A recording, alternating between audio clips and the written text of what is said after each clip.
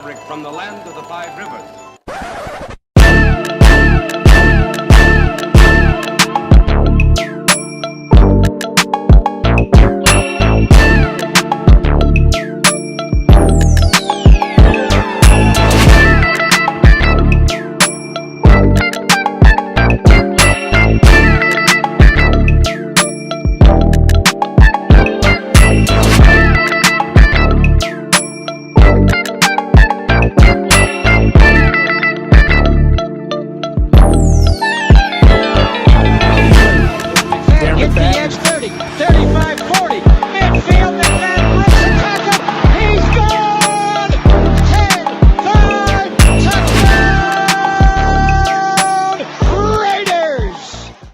Years ago, when we came to Los Angeles, I really believed that the greatness of the Raiders would be in its future.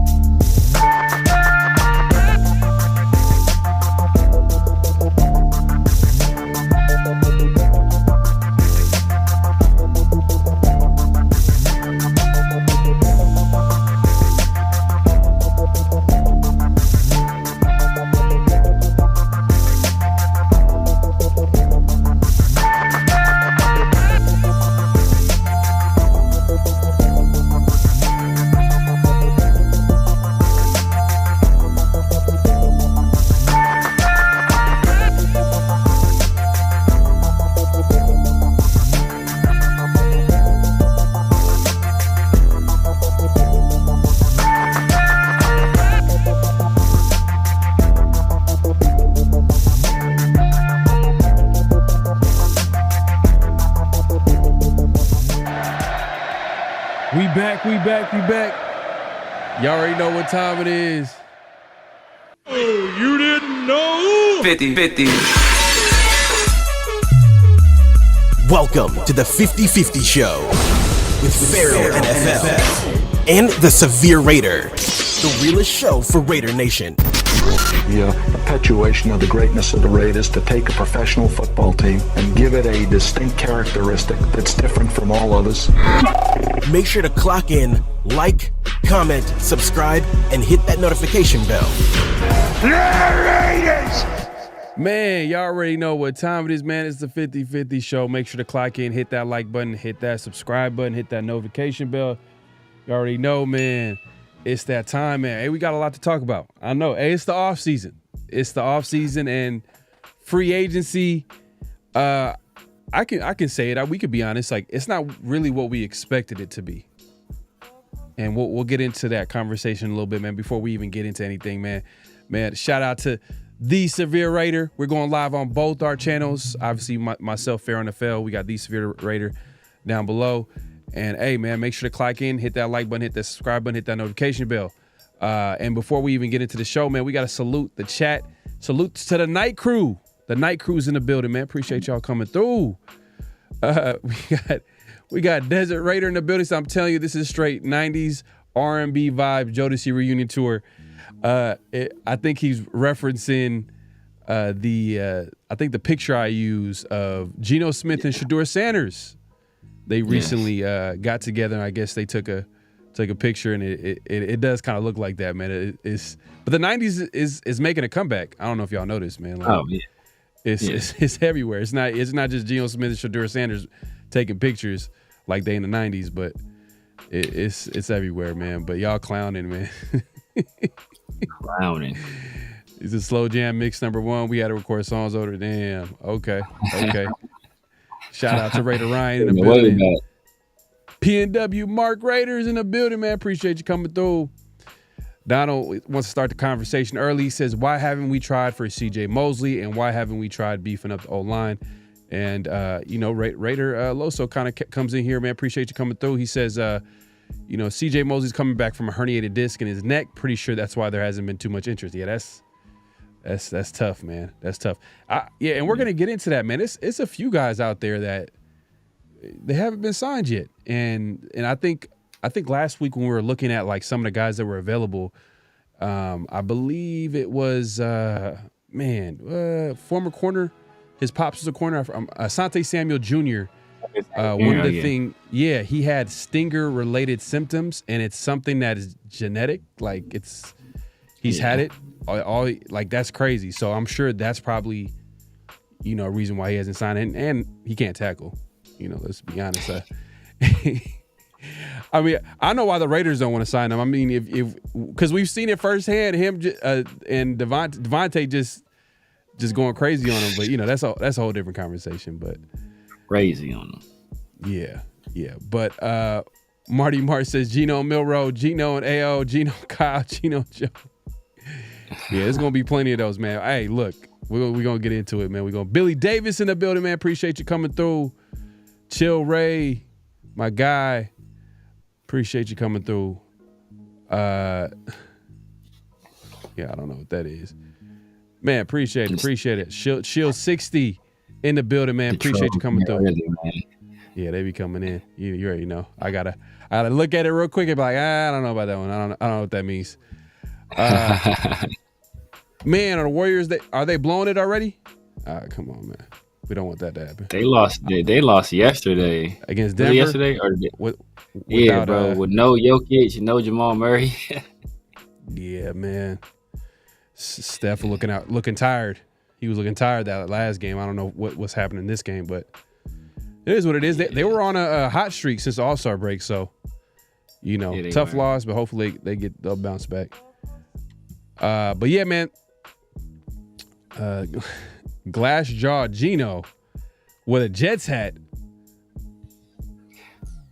That's it. Just that's when Gino got socked out by that linebacker over that bet.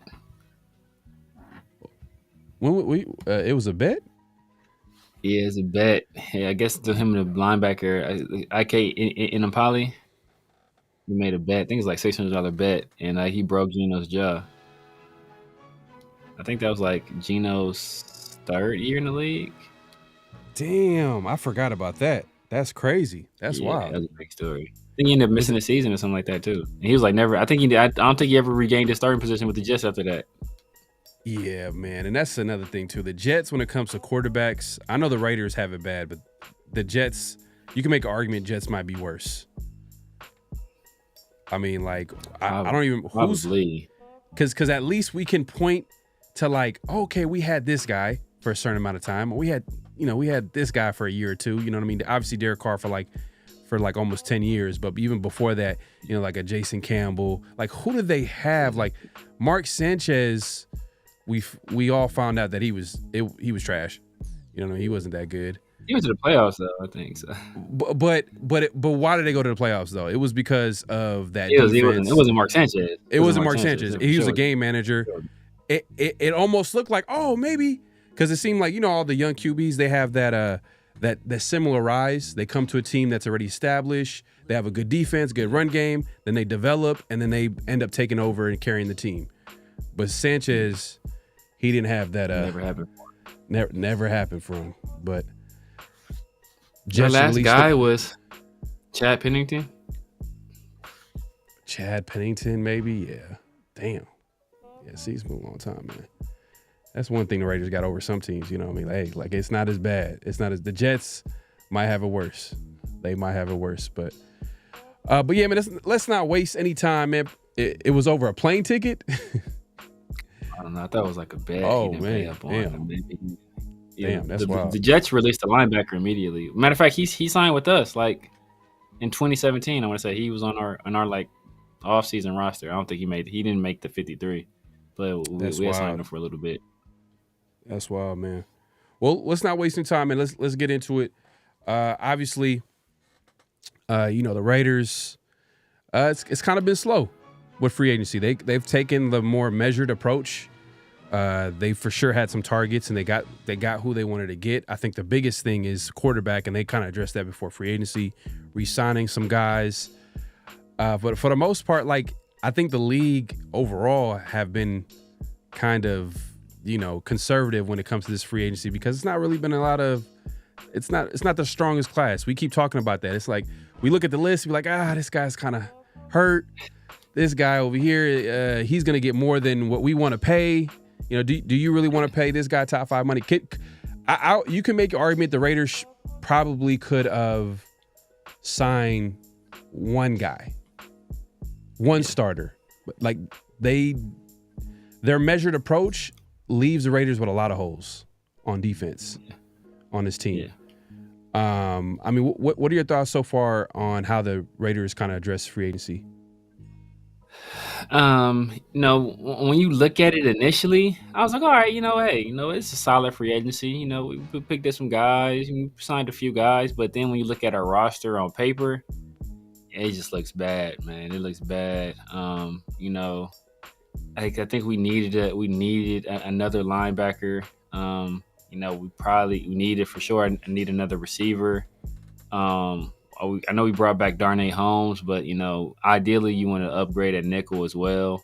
It's just a lot of holes on this roster that we're going to be, relying on either guys, some cuts, from other rosters, to kind of latch on here, or young guys via the draft. So this team is going to be, when it's all said and done, we're going to probably have a lot of young guys playing a lot of valuable minutes and valuable snaps rather. Which if you're a win now team, that's not the scenario you want to be in. Now, if you're projecting toward the future, ideally, that's what you do. But we were told by Pete Carroll that they were trying to go after this thing right now. So if you're trying to go after this thing right now, if your starter at wide receiver across from Jacoby Myers is Trey Tucker, like you're in a pretty rough spot, right? If your starter at linebacker, is your starters right now linebacker are a Landon Roberts and Luke Masterson, and maybe Amari Burney, like it's looking pretty rough right now. So your starter at nickel is Darnay Holmes. It's like, okay, like is that really what you want? So it's a lot of holes to fill, man. It's a lot of holes to fill. It's a lot of holes to fill, and you're not going to be able to fill them all in one off season. And it's like, it's like weird because it's because the Raiders were kind of in the same predicament last season, and now we're in the same predicament. So it's like we're kind of like in a standstill. Like, are we getting better? Are we getting worse? And I think the biggest issue, this is the number one issue. The number one issue is the Raiders go out and sell the fans, the public, whatever, that we're basically here to win now. You mentioned it right now. That's the main thing. It's like you're telling everybody that you want to win now. You're not even trying to be measured with your words and how you're trying to tell the fans and measure their expectations, how we're trying to build this thing for the long run, yada, all that, right? They're not doing that. Pete Carroll's coming in. He's saying, hey, we're coming here. We're trying to win now, which, hey, it's good. I mean, that's what a head coach is supposed to do. I mean, I guess. But at the end of the day, like, you didn't resign it. You didn't even try to be aggressive in free agency. But I'm not mad at them. I'm not like saying what they're doing is wrong. But remember, we looked at that contract by Nate Hobbs. I'm like, you could have made it work, because it's how it was basically how it was pretty much a 2-year deal. Yeah. You could have gave Nate Hobbs that type of deal. Like, it's because all about the guarantees, right? So I felt like they could have probably brought back one of those guys. I mean, maybe you could have made a case for Spillane. Some people would be like, he's getting older. He's not the coverage guy that you would want to pay. Yada, yada. I get that. Okay. but at least bring one of those guys. We didn't bring anybody back. Now we have more questions than answers at certain positions. So I guess that's the biggest critique is like, you say you want to win now, but like you're not really aggressive in free agency. And we'll see what happens in the draft, I guess.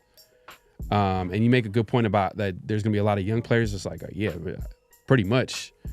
But yeah, a whole lot of confidence in Pete Carroll and his ability to coach up the team. So, but we'll see. But let's actually get into what some of the people in the chat were talking about. Gino Smith and Shadur Sanders recently, got together, and I guess we're hanging out, and they took a picture, and what led some people to believe or to start a conversation like, man, Gino really is like trying to. I mean, not Gino, but Shadur is trying to put himself any way he can with the Raiders. We heard that him and Tom Brady having a connection, a relationship. Gino Smith obviously is the quarterback for the Raiders. So if you have a good relationship with the most likely the starting quarterback for the Raiders going into the season, you're kind of like already building that relationship there. And then you never know, that might be the pick at number 6, or if let's say if Shadur drops and goes into the second round, maybe it's the pick in the second round, whatever. Do you think that this points to Shadur being a guy that the Raiders are targeting, or Shadur wanting to come to the Raiders? However you want to answer that. I don't know. I think what Shadur is, and what we've learned, and what we are learning, is that Shadur is somebody that he's very media savvy, and Shadur is going to play up to all. He's been playing up to all these different fan bases, right? Like remember there was the thing about the cleats, and he's like, oh, the cleats I wear are the team I'm gonna go to, and it was like or the colors of the team I'm gonna go to, and it was some Giants colored cleats, right? Mm-hmm. And then it was a time when he was autographing a pair of cleats, and they were silver and black. He was like, oh man, shout out to the Raiders. And then it was when him and Cam Ward were working out. They're talking about Pete Carroll over there. He's like, oh man, he don't want you, he want me. And then it was the situation where, oh, you know what? Hey, my favorite team to play with on Madden, I always play with the Browns. Like he knows how to use the media to kind of keep that talk about him, and that's a skill, because the one of the most valuable currencies on earth is attention, and he knows how to get attention. The fact that we're talking about it right now, people he knows, hey, taking that picture with Gino Smith, that's going to get people's attention. That's going to drive a conversation. That's going to have people talking. So I don't read too much into it, other than the fact that Shadur Sanders, he's already becoming a master of the media, and I'm sure he learned some of that from one of the best to ever do it in Prime. Yeah, no, that's a good point. That's a good point, because he's found a way to try to connect himself to certain teams. And what we've kind of noticed, I don't know if y'all, Raider Nation, if everybody that watches the show, if y'all haven't noticed this, agents, players like to use the Raiders. Coaches, they like to use the Raiders for a lot of different reasons. Sometimes it's contract negotiations. Sometimes it's to create a buzz. In this case, Shadur, I remember that, like him, like out of all colors, got silver and black. It's just certain things that he would do where I'm like, oh, okay. And guess what? The Raiders, the Raiders are probably, they have one of the best fan bases in the NFL. If there's any type of player with any type of talent trying to connect himself with the Raiders, it's going to blow up. It's going to blow up. Social media is going to go crazy. It's going to be talked about. And players, agents, teams, Dion, all of them over there, they all know that. So I think it remains to be seen. And we'll probably get into that conversation a little bit, because I know you have something that you want to talk about. Make sure to tune in. Notable quotables. We got something to talk about as far as if Shadur really wants to come to the Raiders. Just make sure to tune in. But But yeah, man. Hey, man. If you haven't already, make sure to clock in, hit that like button, hit that subscribe button, hit that notification bell. Are the Raiders done with free agency? You think it's over at this point? I mean, it's slow. It's certainly slow to a crawl. I would hope they're not done. 'Cause as I said, you at the very least want some veteran competition at all of these spots. You don't want it. You don't want it to be forced to play young guys. And even though they've been in the league a couple years, I still consider Amari Burney a young guy. Amari Gaynor, this is only his second year, so he's still a young guy. Luke Masterson, I don't want him anywhere near the field. Tommy Eichenberg either. So I would like to see at least a few more guys get brought in. There's still some guys at a few positions we can kick the tires on. Isaiah Simmons is still out there. Elijah Moore is still out there. Just off the top of my head, we already talked about Asante Samuel Jr. I don't know if that's a rabbit hole we kind of want to go down, but there are still some guys out there that could get brought in that can, at the very least, provide some competition, and if nothing else, some depth. I'll throw in Tevin Jenkins, but he comes with Tevin Jenkins too, yeah. But he comes with a really injury flag though. Like they would have to. Yeah. I don't know how maybe incentivize that contract, or it would have to be team friendly for sure, just because it's a guy that I'm sure. I don't know if there's anybody on this team in the front office or coaching staff that is connected to Tevin Jenkins. So for them to take a risk, they would have to protect themselves for sure. So that's what's really left at this point in free agency. It's a lot of injury prone players. Guys a little longer in the tooth. It is what it is.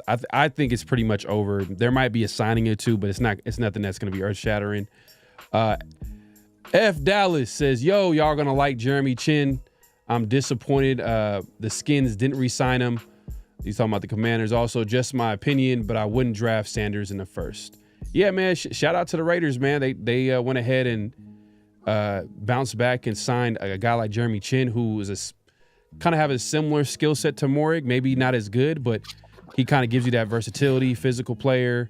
So I think that was a nice little signing for the Raiders to make. So it wasn't all bad. Like I said, I felt like the Raiders didn't do anything wrong. It's just, man, like why even try to make it seem like they're going to be aggressive and they're going to go out and they're going to try to win and this and that. I'm like, if it's a rebuild, it's a rebuild. We kind of went into it like, hey, look, because it's funny because a lot of the players that they were trying to attack, not a lot of the players, a lot of the moves that they were trying to make at quarterback were these proven starters, like a Matthew Stafford, starting with Matthew Stafford, now Gino Smith, which tells you like, hey, they're trying to win now. Like, why not go cheap at that position and then draft a guy in the first round, which might tell you how they feel about the draft and that quarterback position. But, that's a whole different conversation. But, man, shout out to Jack, man. Appreciate you coming through. Man, he said, hey, look, man, clock in is like, as we like to say, man. But, Jack, he says hit the likes on both channels. Yeah, man. My God. For sure. Jack, without a doubt. Kevin in the building, man. Appreciate you coming through. Man, we got everybody pulling up left and right. But yeah, man, let's move it along, man. Hey, man, let's not waste any time. Let's get into it, man. Flag on the play. Personal foul. Yes. 69. Offense. He was giving them the business. We played it down. Man, but hey, you know what? This week we got a couple of flags on the play. We'll start off on. We'll start off with something light. Like Andre James goes ahead and signs with the Chargers, man. I'm not gonna lie, like that was kind of ugly. He played for the Raiders for years, and he goes ahead. That's a sign of, obviously we understand it's a business, but at the end of the day, it's still a flag. He goes ahead and goes sign with the Raiders nemesis and the Chargers. It's a one-sided thing. You know what I mean? Obviously, like. They hate us. They hate us more than we hate them. To be honest with you, Facts. if we're being real.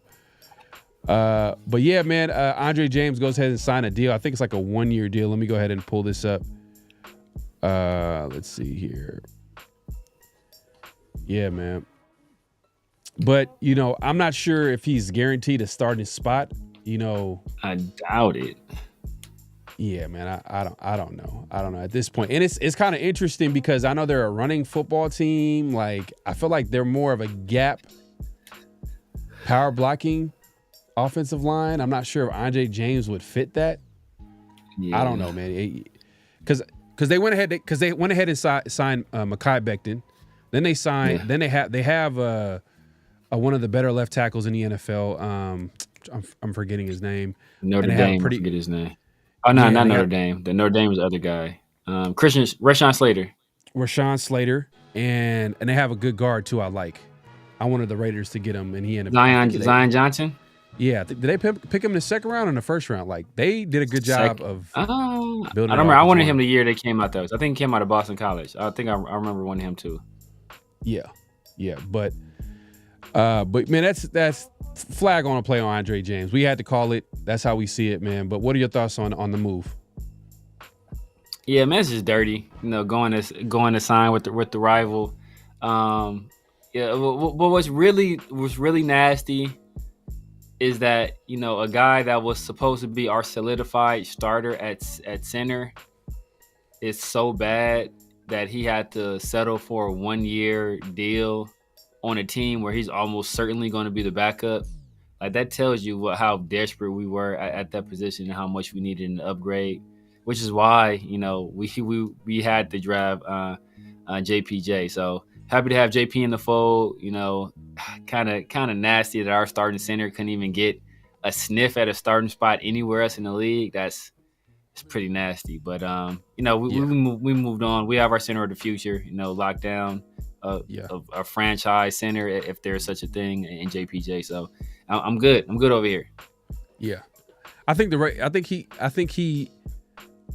This is crazy to say, but I think he had Derek Carr syndrome. Like literally, he was the starting center by default because we didn't have any other option, and we just decided to keep him because it's not like we're overpaying him or anything like that.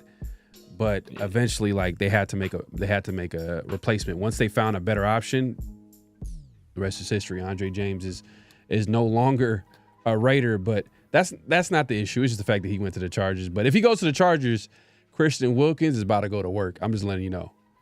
And Adam Butler, they both gonna eat. He's going to work for sure. But yeah, man, let's not waste any time, man. Let's go to the next flag on play. This is the one I've been waiting for. What I mean? I wanted to talk about it during last week around the Shield because that's when it came out, late last week. But this one's about no other than former Raider quarterback Jimmy Garoppolo. And, he ends up re-signing with the Rams, which is funny because obviously the wide receiver that literally was talking trash during the wide receiver documentary, he was talking about Jimmy G. So that's going to be interesting when for whatever reason, he gets on the field. But yes. He talked to, the LA Times, and they talked to him. He had a few quotes, but there was one, notable, quotable, but in this case, it's a flag on a play. Yeah. When asked about why he signed with the Rams, he says it's really more about the situation than the opportunity, said Garoppolo, who also played for New England Patriots, San Francisco 49ers, and Las Vegas Raiders. There were some opportunities, but I've been in a bad organization, and I've seen how it can wear on you throughout the year. Just talking to my brothers, my family, and didn't want to go through that again. So once I seen that, I'm like, what? This is the first thing that popped in my mind. All right, this is what he wanted to do. He wanted to smoke. See, at the end of the day, when the Raiders signed Jimmy G, I never really believed in him as a player. Even when he was with the 49ers, I felt like he was always a guy that was carried by the players around him. So I never really believed in him coming to the Raiders and being that type of quarterback that can. But us being part of the fan base, Raider Nation, we try to make garbage look like, filet mignon or like something. So, we try to make it look really good when it really isn't, And guess what happened? The season comes along, he gets hurt. He's not as good as we thought he could be under McDaniels. But at the end of the day, for him to even say that, how it weird on me, he wasn't good. Yeah. And the thing is, for him to say, we're playing for a bad organization, because that's because you were starting and you had no business starting. You had no business starting, and that's why the reason why you had a tough time is because you had no business starting. And you're talking about the Raiders, because we all know he's talking about the Raiders, because he had success with the 49ers. The Rams obviously are winning games, so the only team is the Raiders. The Patriots are the Patriots, so he knows not. Yeah, facts. And the Patriots, obviously he was backing up Tom Brady at the time when he played, and they were winning games. So we all know he was talking about the Raiders. So that's why I'm giving him the flag on the play. Like, you're a backup QB at best. You've always, to me, in my opinion, been a backup QB masquerading as a starter for some of these teams. Because if you look at the numbers and the talent that was around him, you'd be like, man, like, he's one of the last game managers that we know in the NFL. Like, as far as, you understand what I'm saying? Like, he's not that talented. He's not the guy. Like, I don't know why he's talking like he's the guy. Like, he's the one that signed as a starter with the Raiders, and he signed a big time contract. It's in my eyes, there's no accountability, man. Flag on the play on Jimmy G. What are your thoughts? Yeah, man. Jimmy Garoppolo. First of all, like, talking about a bad organization, maybe in terms of record wise, but they put out that player association poll every year where they take a vote of the players, and the Raiders consistently get high marks. I think both years, the thing that has dragged the Raiders score down was the head coach, right? Like, both years, the Raiders had pretty bad scores in terms of their head coach. But in terms of facilities, training staff, weight room, the plane, locker room, the meals, all that stuff, the Raiders get high marks. In terms of their facilities and all of the amenities that come along with it and the staffing that they've done, incredibly high marks. I think even Mark Davis got high marks as an owner this past year. So, I mean, the only thing he could have been talking about was maybe Josh McDaniels, but he was Josh McDaniels' guy. Like, Josh McDaniels is the one that brought that guy in. So is he trashing his own guy? And then he got here and didn't do anything, right? He got here and was straight terrible. He could have made it he could have done very good things with this team. We had the talent here for us to do some very good things, and he was the main reason why we didn't. So, he can trash us all he wants to, but now he went from being a potential starter, on a team that was loaded with talent. Now he's a backup, with the Rams, and he's unlikely to get an opportunity to play there anytime soon. So I hope he has fun languishing on the bench. It's probably where he's going to spend the rest of his career, hopping from team to team as a backup quarterback, holding a clipboard. So hope he enjoys it. Look, you took it easy on him, man. I'm surprised, bro. You took it easy on him. Hey, in my opinion, he's always been a low-end starter at best. At best, he's been a low-end starter. But in reality, he's just another backup. In the NFL, like, the QB position is the hardest position. We understand that. But for him to just say, like, just basically taking a shot at the Raiders, like the Raiders were the one why he had a tough year. No, you were bad, bro. Like, you weren't good. Exactly. He wasn't good at all. Like, he was literally throwing hospital balls left and right. Literally had Devontae, pleading. Yeah. So it's gonna be funny, him and Devontae back together. They try to play it off like, oh man, I'm like, I guess they asked him about Devontae, like, oh, I'm excited to play with them and yada da da da. But I'm sure deep down he knows, like, hey man, like, it's probably a little something over there. But it is what it is. Devontae didn't come to the Rams to play with Jimmy G. He came to play there with Sean McVay and Matthew Stafford. At the end of the day, man, flag on the play on Jimmy G. Lack of accountability. He didn't play well. And he's trying to blame it on, the Raiders being a bad organization. It was tough on me. No, you didn't play well. That's why it was tough. And you were starting instead of being a backup player. You should have been a backup, and then you wouldn't even have any issue. He's a bum. I mean, he lost the job first to Brian Hoyer, then to Aiden O'Connell. Like, these are the people you're losing your job to, bro. You're losing your job to bottom of the barrel quarterbacks in the league. Somebody that was out of the league and who had to be begged to come back into the league by the coach that brought his bum ass in. So now this coach brought in two and a half bum ass quarterbacks, because right now Aiden O'Connell half a bum himself. So like that whole quarterback room was trash, and you still couldn't be the guy. Facts. So I was like that's not like that. Like I want to be mad at dude, but it's like, bro, you're a non-factor, bro. Like, yeah. Like you didn't do anything here with us. You got hurt. You came in hurt. Mm-hmm. You know, you got hurt several times throughout the season. Yeah. And then you were benched on multiple occasions. Right. And then unceremoniously released. And matter of fact, the Raiders shouldn't be having to pay him because he failed that drug test. So that's the greatest thing then you failed the drug test. Facts. So 100%. it's like, bro, like that, go take a seat somewhere. Like, let's take a seat somewhere. That's probably the best thing that he ever did for the Raiders, was he did something to fail a drug test, and then the Raiders didn't have to pay him. And not that it was my money or anything like that. It's just like, I'm looking at it from like a football perspective. Like, the Raiders have money to sign other players. Because if the Raiders were on the hook of his contract, that means we would have less cap room to sign other players, meaning we would have it, we wouldn't get good players on the squad. So I thought that was probably the best thing that he did with his Raider career. It is what it is. We have to call it like we see it, man. I couldn't wait to talk about this because I was like, what? I was already disgusted that you signed with the Raiders, and I had to like be positive about it. Like, and then the fact that like he didn't play well, and then he tried to point the finger at, basically the Raiders on why, he had a tough time. Like, no, you just played bad. If you were playing good, then you wouldn't be saying all that. Straight up. Exactly. Still be here. I mean, as a matter of fact, he'd still be here probably. Exactly, man. Flag on the play on Jimmy G. Man, let's see what the night crew's talking about, man. Kevin Lurker says, blame game of a loser.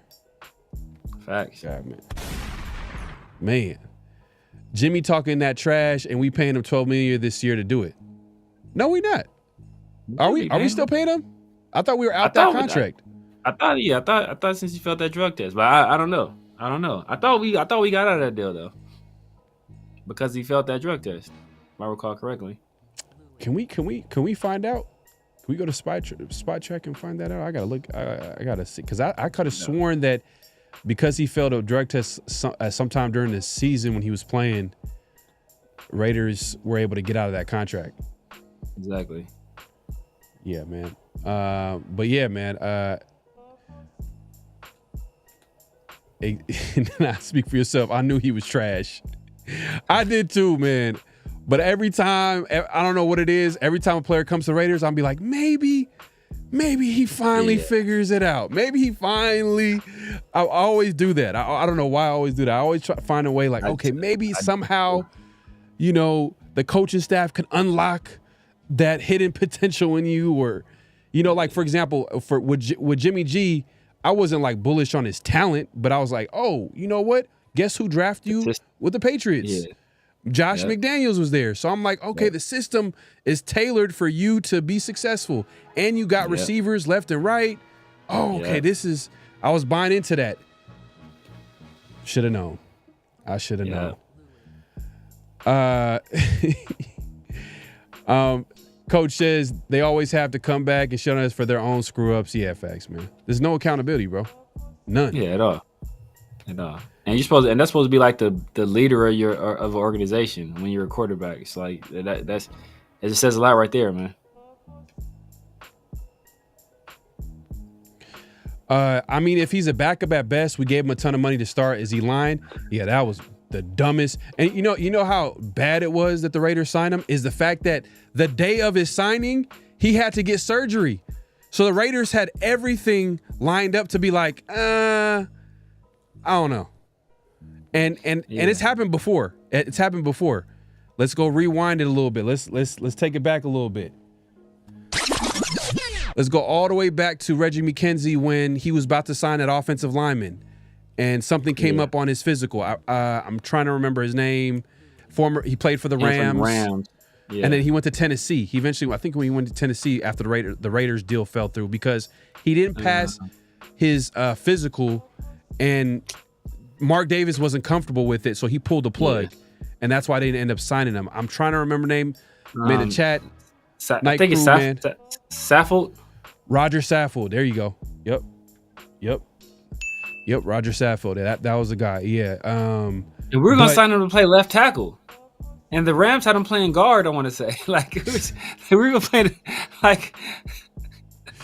or we were signing to play tackle. I don't know if it's left tackle or right tackle. We were signing to play tackle, and the Rams had him playing guard because he failed at tackle. Yeah.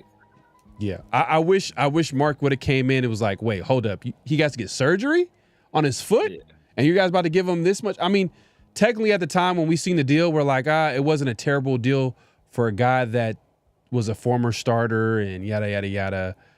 But he was injury prone. It was just man. And the day of he gets surgery and you find out he needs surgery and you still give him that deal, I would have been tearing the deal like this.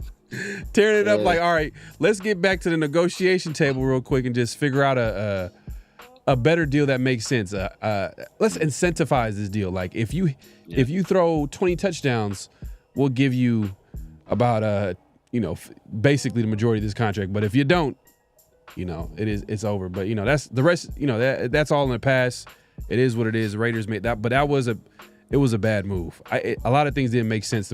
But that was the McDaniels and Dave Ziegler era. It was a lot of questionable things that happened. But yeah, you're right, man. The Raiders. I'm not saying the Raiders are the greatest team. I'm not saying that at all. I'm just saying for him to say that. Why are you saying that? You can't say that. You should focus on your play on the football field. You shouldn't be talking about calling the Raiders if you played well, then I'd be like, you know what? At least he's coming from a place of more credibility. Yeah. I don't know. That's just me. Coach is calling you out, Severe. What did he say? He went hard. He went in at the end though. He went in at the end. He caught yourself. He went in at the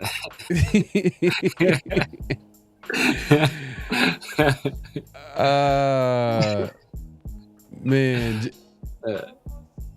Jimmy couldn't play in the CFL. Yeah, man. Hey, look. Sometimes, man, the NFL is a lot of it has a lot. There's a lot of. It's all about relationships at the end of the day. So, I'm sure a guy like McVay, who played against Jimmy when he played for the 49ers, he probably has a little respect for him and yada yada yada. Hey, look, he has him in the backup. That it is what it is. But it'd be funny though if Stafford's. I don't want to hope for injury, but if Stafford, gets hurt. Out there throwing hospital balls at Devontae. That would be what they both deserve. Man. Jimmy G getting sacked and Devontae, having to catch them hospital balls. I know. I saw that, Steve, man. Glass jaw Gino is crazy. It's crazy. Desert, I think Desert has an answer for us. He says voided his salary in 2024 and roster bonus, then got suspended and missed 2 games. There you go. See, boom. Okay. Just another DJ. I still put most of the blame on Jamie D for signing him, knowing he needed surgery. Yeah, facts, 100%. Yeah, not facts. And I think McDaniels, I felt like was running the show more than Ziegler. I felt like the only reason why Ziegler was the GM was because Mark wanted to get McDaniels, and I think Ziegler knew that. Oh, so yeah. Anytime a big decision came in, it was so McDaniels, should we go with this guy? Yeah. That's on him though. At that point, if you're the GM, bro, I don't care how I get the job. If I get the job, bro, I'm gonna do the job. I ain't about to be deferring. That's some, that's some sucker stuff. He should have been doing his job. And I think at that point, the Raiders were desperate.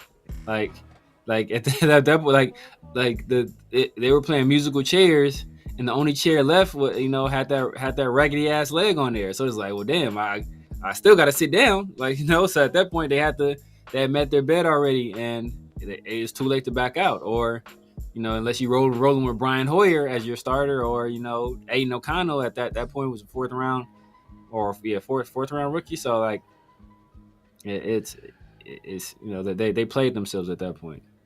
But it's interesting though, because I know everybody was like, man, why didn't they go with what was the guy that came in for Derek Carr at the end, who's backup QB for Broncos, Stidham, right? We could have signed Stidham or anybody else cheaper at that position, and probably traded up to get a QB. And think about it, McDaniels probably would have bought himself more time, because you draft a QB.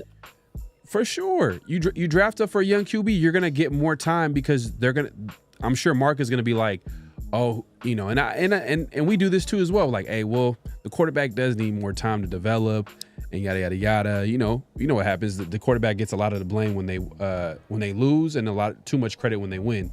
So a young QB, it would have been a situation where like, oh, well, he needs time to develop, be in the system, and yada yada yada. There'd have been a whole bunch of excuses like lined up, and time that for a coaching staff. And that's why like it sucks for this. I know we're taking it back all the way to last season, but that's why like a guy like AP gets fired in one season, because there's nothing really for him to hold on to, because they didn't get their young QB. They didn't give him a time to, it's just, it is what it is. But Eric asked a question. He says, who do you guys want the Raiders to take in the draft? And I guess that one of the things that we wanted to talk about was a guy that we talked about before is T-Mac. Yeah. Tedero McMillan, he had his pro day, and a lot of people were paying attention to how well he would run. And early, like high-end, like I guess the high-end 40-yard dash report, I think was what, 4.48? 4.46 was the fastest I saw. 4.46, and the slowest I seen was probably 4.58, 4.57. So I think he's probably a 4.5 guy. He's probably a 4.5 guy. It's 4.5 guy. Which is for his size, that's really Devontae's probably like a 4.5 guy. So like for with his size and his ball skills and his hands and his ability to high point the ball and his ability to track the ball and his ability, what he can do with the ball in his hands after he makes the catch, like 4.5 is that's plenty good enough. Ideally, you want faster than that, but 4.5 is plenty good enough. Yeah, and that's solid, especially for his size. I mean, he's like what, 6'4", 6'5". You know what I mean? And 6'4", almost 6'5". Yeah, and a lot of his game is using his size, so it's not like, I don't think anybody had the expectation like, oh man, he's gonna be a burner. But I think him kind of putting that out there kind of shows that, all right, well, he's not a 4.6 or 4.7 guy, but at the end of the day, does a 40-yard dash really matter? I mean, at the end of the day, it's what's your football speed. What does it look like when you run in with pads on? So, but does that guarantee that he gets picked in the top 10? Guarantee? No. 4.5 is not going to guarantee. Guess if he was like low 4.4s, oh, he's going. He might, if he ran low 4.4s, the Patriots might have been like, shoot, we can take him at 4.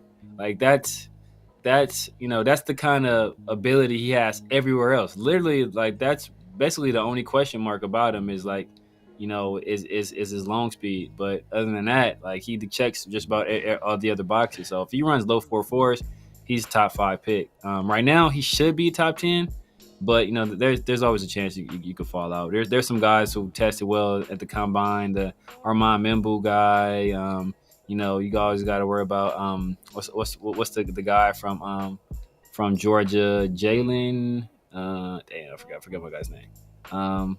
Pass rusher. I can't think of his name right now. But there's some other guys that are going to be risers. So it all depends on what teams identify as a need. It's pretty shallow wide receiver class. It's top heavy. So if you're in need of a number 1 receiver, you probably got to get one early. If not, you're gonna be left holding the bag. Yeah, and I'm trying to look up and see like if he did any other testing. I'm not seeing that I want to see what his vertical looked like, because a guy at 6'4", 6'5", imagine him having like a 40-inch vertical like that. That probably make kind of solidify his spot can that kind of convert like 6'5", 6'6", imagine 40-inch vertical, a lot of jump balls that he's gonna win in the NFL. But I think the only thing he did was run that 40. That's the only thing I've seen that's reported. So that being said, I think McMillan's a guy that we would consider at 6. I can see the Raiders trading down too as well. And I can see like the Raiders staying at 6, and like if 2 quarterbacks get taken within the top 5, then that means like some top prospect is going to get down to 6. We're going to get basically the best player. So whether that's a Travis Hunter, that's a Mason Graham. I'm not sure if Abdul Carter is going to drop, but I doubt it. He's a guy that's is one of the best players, if not the best player in the draft. Same thing with even Travis Hunter, but I just feel like we're going to get one of those guys, and I'm not sure if the Raiders are going to trade down with those guys on the board. If they do, then we got more second round picks. I mean, do you envision them trading up at this point? Trading back? No, trading up, because we could see them possibly trading down, but can you see them trading up if? No. I know I keep asking you the same question, but I think Cam Ward, let's say if he's at number 4. Pre-Gino, yes. But now that we already gave up, if it's at 5, I think it's a different story. At 5 is a different story. 4, I think, because they already gave up a 3rd for Gino. It's going to be tough to justify giving up more. Another. Like if there's a difference between like people are like, oh well, the Falcons did it. Well, Michael Penix like fell in their lap. They didn't like the Falcons, they didn't trade for Kirk Cousins, right? They signed him. So it's a completely different scenario to trade for a guy like Gino and then have to trade again for a guy like Cam Ward, especially on a team where we just identified we have all of these needs. They haven't addressed all of them in free agency. So the thought is we're going to address them in the draft. Now, the one position that you're pretty solid at, you're giving up draft capital, taking away from your opportunities to address these other needs to pick up a position that you've solidified already by trading a draft pick. So like it wouldn't make a lot of sense. I hear you, but it's a 3rd round. In my eyes, it's a 3rd round pick. I know they're gonna pay Gino, and it's probably gonna be he's probably gonna be a more probably an expensive bridge quarterback. But the quarterback position is the most important position in football. And Gino is not like he's in his 20s. It's not like you're going to be heavily invested. It's not going to be like a 5-6 year deal. It's going to be like 2 to 3 years. Look, we have a notable quotable about that as well. We'll see. Because if it's like a 5-year deal, if it's like a 4 or 5 year deal, we all know that contract is like 2 to 3 years. Max 2 to 3 years as far as like guarantee. If it's fine, exactly, but we'll see I think it's still a possibility if Cam, which I don't think is gonna be there at number 4, but if he is, I think the Raiders would look into trading up, because then that's like a perfect situation. Because think about it, the Raiders, I mean, I know completely different scenario, but Chiefs had Alex Smith as a starter, and they traded up to go get Mahomes. They knew what they had in Alex Smith. He was their starter, but they still were aggressive to get a younger player at that position because they know how important that position is, and they wanted to develop someone talented. If they are high on Cam Ward, like I don't think it should stop the Raiders, but we'll see. Yeah.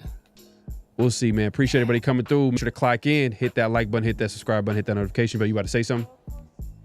Now, I was going to say that just the Chiefs, it was so different because the Chiefs were solid everywhere else. So it's like they knew all they needed was a quarterback. The Raiders are like pretty bad everywhere except tight end. Yeah. and defensive line. And the one position we think like, okay, we're pretty solid at is at quarterback. So it's like, it's like the inverse.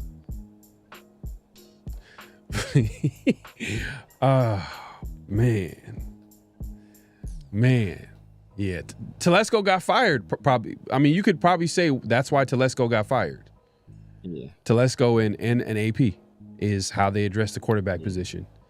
They from Jimmy G to Minshew. That it is what it is, man. Jack in the building, man. Pharaoh Severe says, the nation, what does everyone think about Gainer getting a shot on off-ball linebacker? I mean, it's a possibility, but it'd be hard to believe because it's a different coaching staff. Maybe he has someone backing him up and maybe like a Patrick Graham and like vouching for him. But it's going to be hard for me to believe if the Raiders don't at least add more talent to compete in that room. But if he wins it at training camp, maybe there's like a position battle and Gainer comes out and win it. That's a possibility. But it'd be strange if like they went into it like, oh, Gainer's gonna be the starter. Like I was like, wow, that'd be crazy. That'd be crazy. But just pure physical. So I would say this, just purely physical talent. Gainer's probably the most talented, just pure physical talent. He's probably the most talented linebacker we have. Just physical talent. What I will say is this, and I don't want to say Gainer is going to be this guy because we keep talking about Pete Carroll, and I'm sure Pete Carroll is going to have some influence over the defense. But this is Patrick Graham's defense. Like we gotta remember that. I'm sure Pete Carroll he's gonna want things run a certain way. But this is Patrick Graham's defense. Even Gus Bradley, right? Bradley ran his defense the way he wanted to run his defense. He ran that cover 3. He's been doing that everywhere he's gone. That's his defense. And when they had a new defensive coordinator in there was some differences in the defense. Oh, was it Dan Quinn? I think Dan Quinn. Like there were some differences there in how they ran the defense. So, like I'm sure Pete Carroll's going to have input, but Patrick Graham's going to be. Everybody knows Pete Carroll. He's a CEO type. He has a defensive background, but he's a CEO type head coach. So he delegates, and he creates the environment, and he creates the synergy, and he lays out the plan and all that stuff. But he lets his coaches coach. So Patrick Graham is going to do most of the coaching. So we got to I think people lose that.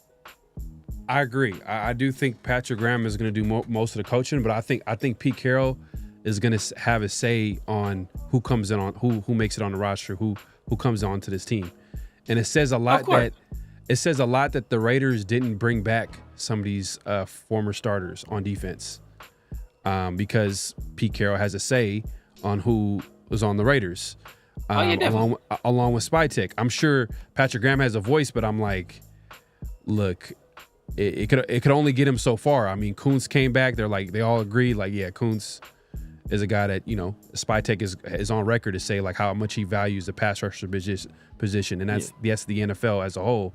But like they didn't bring back Spillane, they didn't bring back Morig, they didn't bring back Nate Hobbs, all like big parts of the Raiders defense. But I agree 100%. Patrick Graham is going to run the defense for sure, but I think Pete Carroll is going to have his influence for sure. Oh, definitely. But why I said that is to say this, because there's a guy, and I don't want to, because this is lofty expectations. I don't want to say this guy is going to be this player, but if you think about a guy that has kind of a similar skill set or could play a similar role, right, to Amari Gainer. In Amari Gainer, you think about Bruce Irvin. He's a guy that played off-ball linebacker, also played some pass rusher. We think about Amari Gainer. He's a guy that played some edge, also played some off-ball linebacker. He's a guy that can kind of has that versatility to where he can do those things. I think that I think they call it the Leo role or something like that. Like he has the ability to do that. So, and he has the athleticism to do that. So if Pete Carroll, if he sees that role in this particular defense, and him and Patrick Graham, we all know Patrick Graham loves to tinker. You have a great coaching mind like Pete Carroll there. maybe that's a role that they fill in this defense. And if that is a role that they choose to fill in this defense, I think Amari Gainer is a guy that could fit that role seamlessly. We'll see, man. Hey, man, it's gonna be a whole offseason. We'll see how the Raiders address the linebacker position. That's a one of the holes that we kind of see, just because like we lost Devon Diablo. However way you want to feel about him, he was a starter on the defense. Spillane is another linebacker, and now I believe they recently signed Orlando Roberts to a deal, a former Steelers linebacker. Hopefully, the Raiders can have similar success after having success with a former Steelers linebacker in Spillane. We've heard good things, you know what I mean? But for the most part, a lot of people are calling him a 2-down linebacker, kind of how like they called Spillane coming in. But we'll see. We'll see if he can add any value as in the pass game on defense. So we'll see, man. It's gonna be a long offseason. So we'll see how the Raiders address the position. Free agency technically isn't over, but you know, I don't know, any big time deals coming this way, that's pretty much done. It's going to be a lot of value, cheap deals. We'll be here to talk about it, but right now it's pretty slow. I think they recently signed Zach Carter, D tackle, who actually played for the Raiders in the past. Like it's not like a new guy, with us this last year. Yeah. Right. So former 3rd round pick Zach Carter. He was signed back on the roster. I guess they've seen something in him and they want to bring him back. Yeah. But make sure to clock in, hit that like button, hit that subscribe button, hit that notification bell. Appreciate everybody coming through. Gainer's 236 pounds. Okay. A lot of people co-signing Mason Graham. Glass Jaw Gino says Mason Graham's arms are so short he can't put his hands in his pockets. Damn. Man, Glass Jaw Gino, man, you coming in here fire. just throwing shots left and right, man. Facts. Shots fired for real. That's crazy. Oh man. Oh, I gotta check it out, man, because Steve Smith he does a really good job as far as breaking down wide receivers. Oh, what did he say? He says after watching Steve Smith Sr. breakdown, I'm not sure T-Mac's a pick at number 6 overall. So we'll check that out. We'll definitely check that out. He is a guy that he's good at breaking down receivers. Yeah, no, for sure. He's definitely that.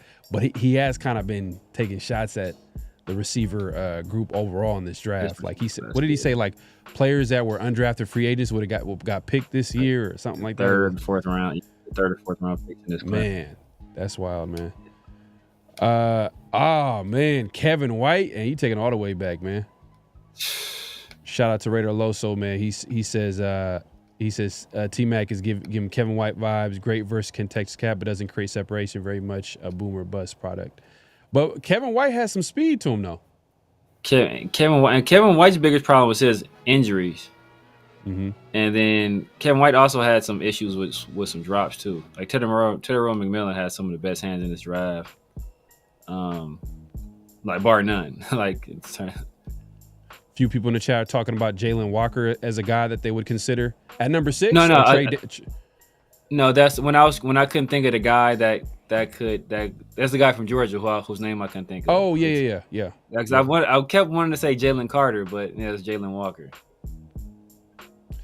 Man, but Steve, like how tall is Matthew Golden, man? He's not the biggest guy. I don't know if we want to add another small receiver, but like 5'11", I mean, 5'10", 5'11". But hey, man, he is today's version of what a receiver looks like. They don't have to be big to be successful. Got some speed. He was pretty productive last year with Texas, so yeah. And then on top of that, he ran well. So I don't know. That'd be a trade down for sure. I don't know if they would pick him at number 6. Let's see, man. But McMillan comp is St. Brown. For real? I mean, how big is St. Brown? St. Brown is not that big. Smaller. Yeah, St. smaller. He's more of a slot guy, right? He plays outside and plays slot. Amon Ra? Nah. Pound for pound, Amon Ra with St. Brown may be the strongest player in the league. It's pound for pound. Raiders Rebel says it's been 20 years since the receiver has been picked in the top 10 after running a 4.5. Oh, okay. Nice little fact, NFL fact there, man. Appreciate you, my guy. In the top 10, running 4 or 5. Oh, but you're doing too much though with this one. I said we went in on this last week. Around this shit, we went on like you're spelling the next Darius Hayward. I'm sure you're not comparing him, bro. As a prospect, but come on, man. That's ridiculous. That's the most ridiculous take I've ever heard, man. If you want to say like you're smelling like the next bust, or you think he's going to be a bust, but his game is nowhere near that of Darius Hayward-Bays at all. Yeah. Man, but hey, man, we appreciate everybody coming through. Make sure to clock in, hit that like button, hit that subscribe button, hit that notification bell, but we're not done yet. We got notable quotables. It's that time where we get into, quotes that we find interesting. And Severe, if you want to go ahead and set up the first quote. So Noah, let's go with the the second one. Let's go with Phil Yates. Phil Yates, Mike Greenberg, and Mel Kiper, they have a draft show that they talk about. Like they talk about the draft, and they've been doing it this entire offseason. And Phil Yates, I know a lot of people think that, hey, maybe Gino Smith is a short-term answer. And Phil Yates, he wanted to pump the brakes on that a little bit. All right, here we go. And is this one on Shadur or the Gino? The second one. The Gino one. I would actually bypass a quarterback at pick number 6 now with having Gino Smith on my roster. And by the way, I fully expect Gino Smith in the Raiders to find middle ground on an extension beyond this year because he currently has just 1 year left on his deal. Now, Gino Smith may be 35 years old, Greedy, but if there is ever such a thing as a quarterback who is 35 with minimal tread on his tires relative to those 35-year-old quarterbacks, Gino Smith would be it, right? He spent about 8 seasons as basically a backup collecting dust for parts of that as Russell Wilson's backup because Russ never missed time in Seattle. A reminder, this is almost a weekly reminder at this point, Pete Carroll will be the oldest head coach in the history of the NFL when he is on the sidelines for week 1 for the Seahawks this upcoming fall. I believe this team is trying to win sooner rather than later in an AFC West that some would say maybe the better plan would be to try to rebuild because of how talented the other 3 teams are with a great head coach and quarterback duo. I think now that Las Vegas is saying, we believe we can make a push, I would actually bypass. Look, I agree that the Raiders should probably look somewhere else. Obviously, we're getting Gino. But if you remember the scenario that I painted earlier, if Cam Ward is a guy that they highly value, is a top quarterback on their draft board, because every team has a draft board, right? Every team has a big board, right? And the quarterback position is the most important position on a football field. And the answer they have at quarterback is 35 years old. I don't care if he says a lot of tread on tires. Quarterback is not a running back. I don't think you can compare the two unless you want to say like, oh, he hasn't been hurt a lot. And if, other quarterbacks have been banged up and hurt and beat up, I guess maybe you could say that. I think tread really matters on like when we're talking about the running back position. I think that really matters, especially the amount of carries that they take. But for the quarterback position, if a guy like Cam Ward, which like I said, I don't think is going to happen. I think Cam Ward is probably going to go number 1. But if he's there at number 4, I think you go for him. A guy like Shadur, if the Raiders value him and they feel like he's their number 1 quarterback on the board, or he's the number whatever top player on their board, then Shadur should be that guy. But, I don't think the Raiders should trade up for a guy like Shadur just because the ceiling for me ain't there. I don't know if they want to go ahead and do that for a guy, but but we've seen crazier things happen. Like if a team is all in on a player, then especially a quarterback position, then you shouldn't be holding back. You should be going after that guy. We've seen it time and time again. But yeah, like Phil Yates said, Raiders should probably take the best player, BPA, Tom Telesco special at number 6. And hopefully it's one of the top guys because, what happens is when some of these teams take quarterbacks, a lot of the top players at certain positions tend to fall and drop, and the Raiders are kind of like prime position, so to speak, like at number 6. I think it's going to be a benefit to the Raiders if they want a player that is non-quarterback, if 2 quarterbacks get selected early. because then they have a high chance of getting a top player. Yeah. A top 5 player, a top whatever you want to call it. But what's your take on the quote? So I mean, I feel what he's saying, right? Geno Smith is not a guy that, you know, you think about just wear and tear on the guy's arm. When you're a backup, you're not really throwing, because generally when guys are backups for that long, it's because they aren't good enough. So you never see those renaissance parts of their career later on, because those guys just weren't good enough to ever really be starters in the league. Gino, that's not the case. He just sat on the shelf for such a long time because he was behind a guy that was, you know, playing extremely well for all those years. And then, you know, he kind of lost out on his opportunity early in his career. Now that he's finally getting an opportunity, doesn't have a lot of wear and tear on his throwing arm, hasn't been hit a lot, hasn't had really any, you know, considerable injuries to any of his extremities, whether that be his, you know, his arms or his legs. So he's a guy that's, you know, pretty well preserved at this age.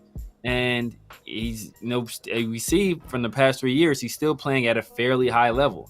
And you put him in with the offensive coordinator like Chip Kelly, who's going to, you know, maximize and accentuate the skill set he already has. I think you can do some things where he plays another, you know, 4 or 5 years at a very, very high level, possibly even longer than that. So I think, you know, the Raiders are set up pretty comfortably enough where I'm not trading up. I'm not trading up. I mean, I wouldn't trade up in this class. Not at this point, right? If your plan was to make a play for the future, then don't sign Geno Smith. If that's what you're doing, don't sign Geno Smith. Obviously, the Raiders have said, or don't trade for Geno Smith. Obviously, the Raiders have said they're trying to win now. So if your plan is to win now, you've acquired a quarterback you think you can win with. That's why we went after Geno. That's why we didn't go after a younger option, possibly cheaper option in Sam Darnold, because we have more faith that Geno Smith could win now. That's also the reason why you're not putting all your eggs in the draft basket, because there's a very good chance you don't get a quarterback. And even if you do get a young quarterback, there's a very good chance that he's going to go through some growing pains. That's why you don't go out and get a guy like a Justin Fields, because, you know, you don't know if he's ever going to develop. So your plan is to win now.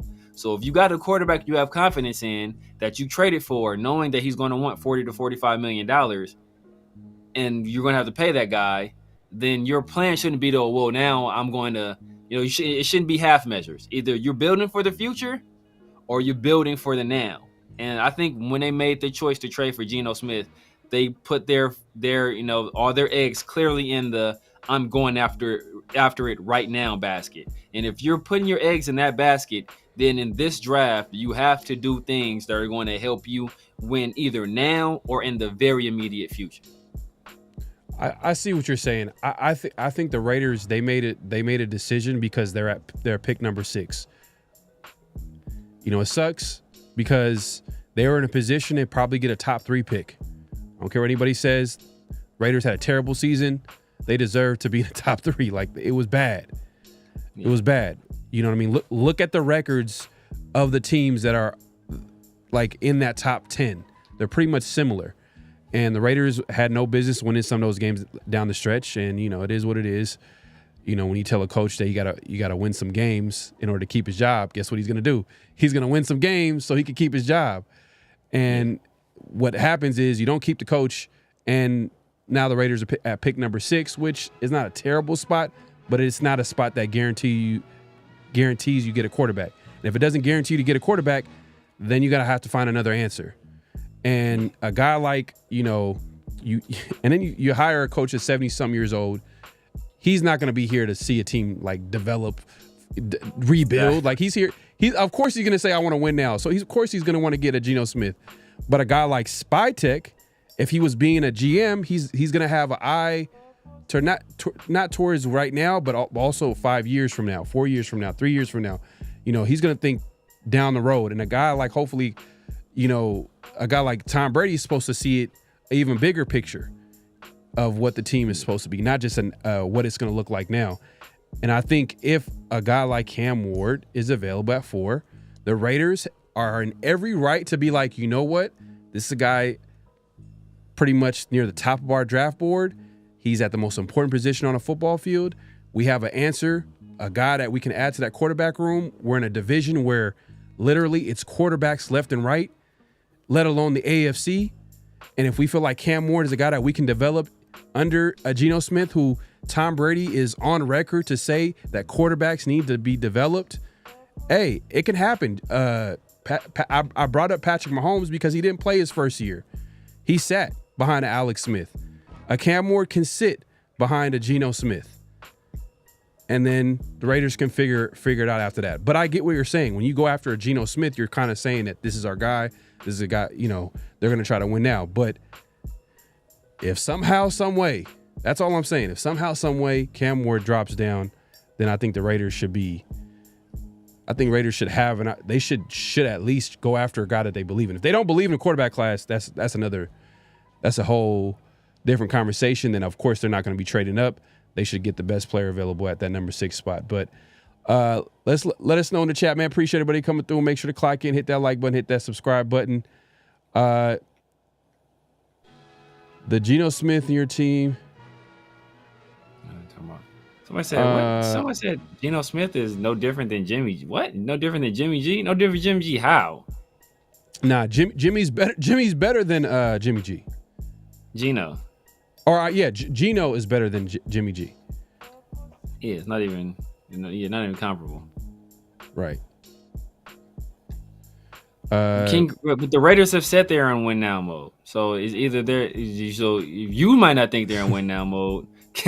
That's your opinion, but the GM, the owner, the executive, the head coach, they've all said they're in win now mode. So maybe they're lying, but that's what they've all said. So if they weren't in win now mode, then you don't trade for Geno Smith. Then you just man. Shout out to OG in the building, man. Appreciate you coming through, my God, man. Hope all is well. Man, that is wild, man. Said eyesight 50% restored. I can see again. I've been blind for a year and a half. That's wild, man. Hopefully, everything goes well, man. That's crazy. But man, my guy OG in the building coming through. Thanks. Man, thanks, bringing it back, man. But yeah, man, we just wanted to. Yeah, that's wild, man. I couldn't even believe it when Jack told me. But shout out to Jack, shout out to OG. We got to get Ray on, man. Every time I think of OG, I'm thinking of Ray, because OG was the one that would actually played a part. Him, Jack, and OG were all playing a part in me and Ray collabing. But appreciate him coming through. Can't wait to. Coaches can't wait to draft the nastiest O-lineman in the first round. Okay. You think the Raiders go offensive line? How you feel about that? Yeah, I don't see that happening. But unless they trade back. If they trade back, I wouldn't hate that. But I mean, right now, I really don't see that happening. You know what's crazy? I think that like the last. Something has happened unexpectedly in the offseason, whether it's Devontae getting traded, the Raiders drafting Tyree Wilson. No one foresee that. Everyone was talking about, the Raiders are going to get the corner out of Illinois who now plays for Seattle. Or even an offensive lineman in Paris Johnson. No one really seen Tyree Wilson kind of mock to the Raiders. No one really seen that move.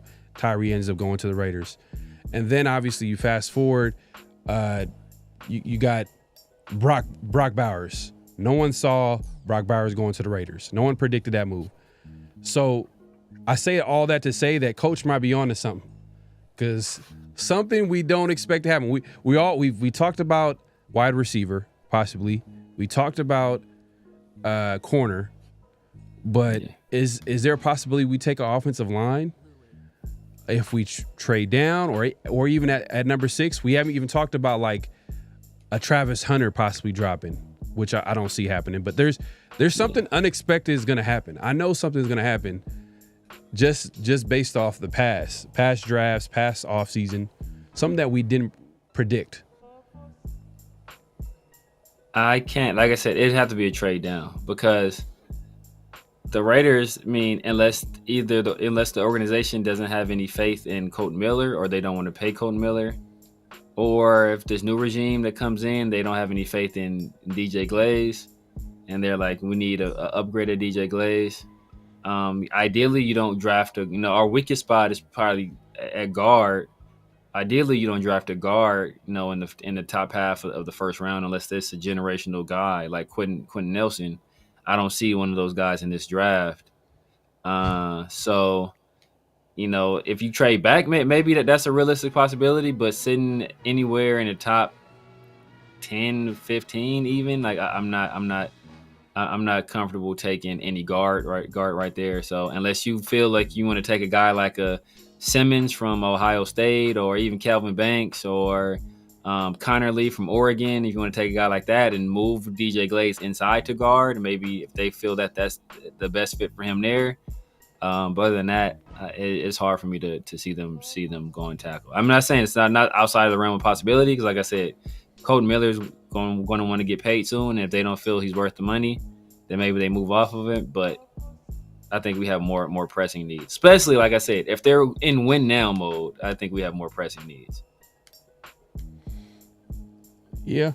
I mean, we do have. I feel like we have somewhat of a young, promising offensive line, but I feel like if the Raiders were to go into next year with this current, they would have to make a big jump. They would have to improve. Like a lot of it is potential, like a Glaze, or even the guy we took in the second round last year, who's now the starting center, JPJ. Is Parham a starter? Is he coming back as a starter? My opinion, I mean, right now he's slated to. I'm sure there's probably be a competition. I'm sure it's going to be a competition between Meredith, Kappa, and Parham. At that point, may the best man win. Right. I think Parham is probably the weak link on the line. So I'm sure they would want to upgrade there. But so if we're thinking about the offensive line right now, right? So so from left to right, you got Colton Miller, who's going to be the left guard. We got JPJ starting at center. Obviously, Glaze is going to be the right tackle. So really, it's the guard spots where there's like a question mark. Like you don't know. Yeah. Maybe they did sign Alex Kappa, but he didn't really have, you know what I mean? He really had to have a good recent good year with the Bengals. So I don't know about him. I mean, it looks like Parham, and then it's between Parham, Meredith, and Kappa. Yeah. And the best out of those three to win those two starting spots as of right now. But yeah, and then maybe maybe they throw. No, well, maybe Thayer has a history of playing guard. Maybe they throw Thayer in there, but in this system where Chip Kelly likes to pull a lot, I'm not sure if he's a fitted guard, because he doesn't really have the agility to really to be on the move that often. But if they want to inject some more competition into that room, I mean, to that position group, I can see them trying Thayer there. Oh man, y'all talking about Genty still? Man, just let it go, man. Just let Ashton Genty go, man. Come on, there's other running backs. There's other running backs, man, that you can be just as excited about and how they can contribute to the team. But I get it, man. I just feel like the Raiders. We just talked about how like they got so many holes, man. Like I just don't want us to get a running back in the first round when we got a lot of different needs. But we'll see, man. I think we did a mock draft last week or the week before, and we did a trade down. I think it was last week. We did a trade down and we drafted Genty, and we wanted to show how it looked like. We wanted to trade down, not take Genty at number 6. Yeah. And take him. I think did we drop right outside the top 10? Yeah, something like that. Right in the top 10. It was something like that. We got a second round pick, maybe another third. Yeah. But yeah, make sure to check it out, man. But Yeah, man. If we get a Genty, then I would like for us to trade down, but I don't know if I would want to. I wouldn't want him to take it at number 6, man. That's a little too high for me. Too high for the Raiders. Way too high for the Raiders. Especially in this possibly the deepest running back draft of all time, in some people's opinion. So, I'm not doing it. I'm not doing it. If you're playing chess, yes. If you're, I don't think we need a left tackle, but if you're thinking like we need to draft the replacement for Colton Miller, yeah. But even then, it's like we're in no position to do that right now. We got so many other needs, man. We got so many other needs. But let's move it along, man. Let's actually go to the next notable quotable. Severe, if you want to give the intro. Yeah, so I know a lot of people in Raider Nation want Shadur Sanders. And I think a lot of those people want Shadur Sanders to want to come to the Raiders. And there has been some report, where there's been something that's come to my attention that maybe Shadur Sanders doesn't really want to come to the Raiders as much as some people think he does.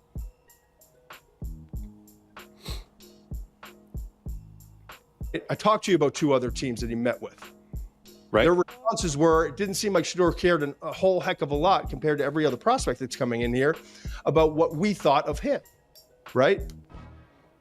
And so you start to think about it like, so is it, we know we'd love to go 1 to Tennessee. If Cleveland's on that list, I've only heard reports that the Giants could be on that list of teams that are acceptable too. And so that's interesting, right? Mm-hmm. Because that part's important. We've been talking about this since like October.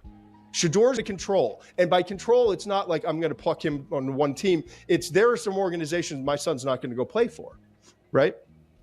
And I can tell you this, I'm never going to reveal who those 2 people were or the organizations they work for or anything more than I revealed in the McShay report. But I will reveal this. Those 2 members were not from the Cleveland Browns. I talked to you about... Oh, man. I was going to say something, but that'd be too real for YouTube. But I just like how you said, well, I'm not gonna reveal the 2 teams, and I'm gonna let you go and break down your theory on what the situation is with Shadur and the Raiders.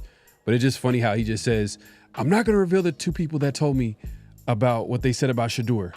I'm not gonna tell you the 2 teams that they're from, the organization they work for. But I'll tell you that it's not the Browns, and then you're gonna go on and break it down. Go ahead. I thought that was funny. So I think we covered it on this show previously, and it was been talked about, in the media writ large, that there are 2 teams, and when they talked about it, they were very specific in the language they used. There are two quarterback needy teams in the top 7. Those were their exact words. 2 quarterback needy teams in the top 7 that said they had meetings or interviews with Shadur. The interviews did not go well, and it seems like Shadur didn't care whether or not those teams drafted him, or really didn't care what what impression he left on those teams. That was the report, right? Everybody, I'm sure hopefully everybody remembers that. Todd McShay talked about it. I think Phil Yates talked about it. Josina Anderson had a whole tweet screed talking about it, basically calling out one of the organizations for pulling that out there. And then we just heard Todd McShay say himself, he heard directly from 2 teams saying that same thing. Now, also in the course of this discussion, and people were speculating who those teams were. I think like people automatically assumed one of them was the Jets, because they said top 7 and the Jets are sitting at 7. So that, they kind of guessed it was the Jets. But the other team people were kind of left room to speculate about, right? Some people thought maybe it was the Titans, so they didn't want to go to that situation. Some people thought maybe it was the Browns because he didn't want to go to that situation. Some people said, hey, maybe it was the Giants because, like he didn't want to end up in the Giants with a potential lame duck coach, and Brian Dable could potentially be out the very next year. There's a lot of speculation. The one team that people never really speculated on was the Raiders. Why? Because Shadur, he has a relationship with Tom Brady, and he's been low-key been playing footsie with the Raiders for a little while now. But if you listen to the report that Todd McShay just said, he said he talked directly to the two teams that said that Shadur didn't care if he played for them or not. And on that same soundbite we just heard, he said that Shadur wants to go number 1 overall. So that obviously eliminates the Tennessee Titans from those two teams, right? Because if he's saying Shadur wants to go number 1 overall, obviously he's going to leave. He's going to do his best to leave the best impression on the team that's picking number 1 overall. He flat out said the other team was not the Browns. He said unequivocally, it is not the Browns. And he also said that of the list of teams that Shadur is okay with going to, that he's hearing that the Giants are on that list as well. So that basically eliminates the Giants. So if you look at quarterback needy teams in the top 7, who are left? The Raiders and the Jets. So it leads me to believe that either Shadur tanked his meeting with the Raiders and the Jets, or that the Raiders and the Jets are purposely putting it out there that he had a bad meeting, or were putting out there that he had a bad meeting with them in order to hurt his draft stock. One of the two. Gotta clap it up for Severe for breaking that down. Yeah, man, I can see what you're saying. You're connecting the dots, Todd McShay, because that's what I thought it was funny, is because he's like, I'm not gonna reveal this, but if you talk long enough, you talk enough, you're probably gonna eventually say who it is. He's gonna reveal it. He's gonna reveal it, right? And you were paying attention, and you kind of broke it down and who he was connected to. The only thing is that, like, it's because it's interesting because, like, all right, look, I said earlier that teams and players like to use the Raiders. So does this go back to when I was saying that maybe Shadur possibly is using the Raiders just to put his name out there, just so he can get his name out there, because they know how to use the media. Oh, yeah. Deion, he's well educated from Deion, his dad who played for all those years and been in the media himself, so he knows how it works. So is it him just trying to, like, all right, it's nothing wrong to be connected with a team if it has your name just out there, and I guess that's what they want, right? But I don't know, man. I think the Raiders would be interested in Shadur. I think there's a possibility that they'd be interested. I think, in my opinion, at number 6, because your point is that Shadur is not interested in coming to the Raiders. I don't know, man. That was the impression that these teams said he had given them. But see, no, what's another interesting point, right? And I didn't crazy. even. He takes a picture of Gino. He does all these things to, like. Yeah, but he's doing. But that's what I said earlier. He's playing the media. He's playing the media game perfectly because he's keeping the conversation on Shadur. He's bringing the conversation back. When he did the thing earlier with the giant, the colored cleats that are the colors of the Giants. Oh, this is the team that's going to draft me. He had the red and the blue cleats. And then he had the thing where he was autographing the Raiders color cleats. And he said, shout out to the Raiders. And then, like I said, he had the whole thing with Cam Ward and, hey, Pete Carroll, he wants me. Then he had the thing where he said, oh, I'll only play with the Browns. Like, the people that play for the Browns don't play with the Browns on Madden. Why are you saying that you only play with the Browns on Madden, right? So that lets me know that he's trying to control the narrative around himself. But another thing, I didn't even connect this dot, right? Another thing, around this same time, what did we hear? I think I want to. Matter of fact, I want to say you sent me the quote about it, right? We was talking about Tom Brady, and we were talking about, or the Raiders. People were saying, the Raiders are going to draft Shadur because Tom Brady has a relationship with them. And I think it was it Brian Hoyer or somebody that's close to Tom Brady was like, Tom Brady is cutthroat. He doesn't care how, he's all about winning. He doesn't care about what relationship he has with you or what friendship he has with you. Like, all that stuff is separate on when it comes to the field, right? And when it comes to the field, he only cares about winning. So just because he's close with Shadur Sanders off the field and he acts as a mentor to him or whatever off the field, that's not going to affect what decisions he makes with the football team. And right. I think that the same could be said about Shadur Sanders. Hey, you know what? I love you, Tom. You're being a great mentor to me. I had an NIL deal with TB12. All that is well and good. But if I don't think the Raiders are the best situation for me and my career, and judging from how you guys have handled quarterbacks since Ken Stabler, obviously I'm not. You can't draft a guy and develop him and turn him into a great player. I think I should take my talents elsewhere, and I'm going to do what I need to do to push myself to get drafted elsewhere. So like that's a two-way street. So Tom Brady can have that attitude where, hey, this is personal, and when I'm doing with the Raiders is business, and Shadur could have that same attitude where, hey, you know what? Our mentorship and our relationship, that's personal, but what I do with my football career and where I'm quarterbacking, that's business.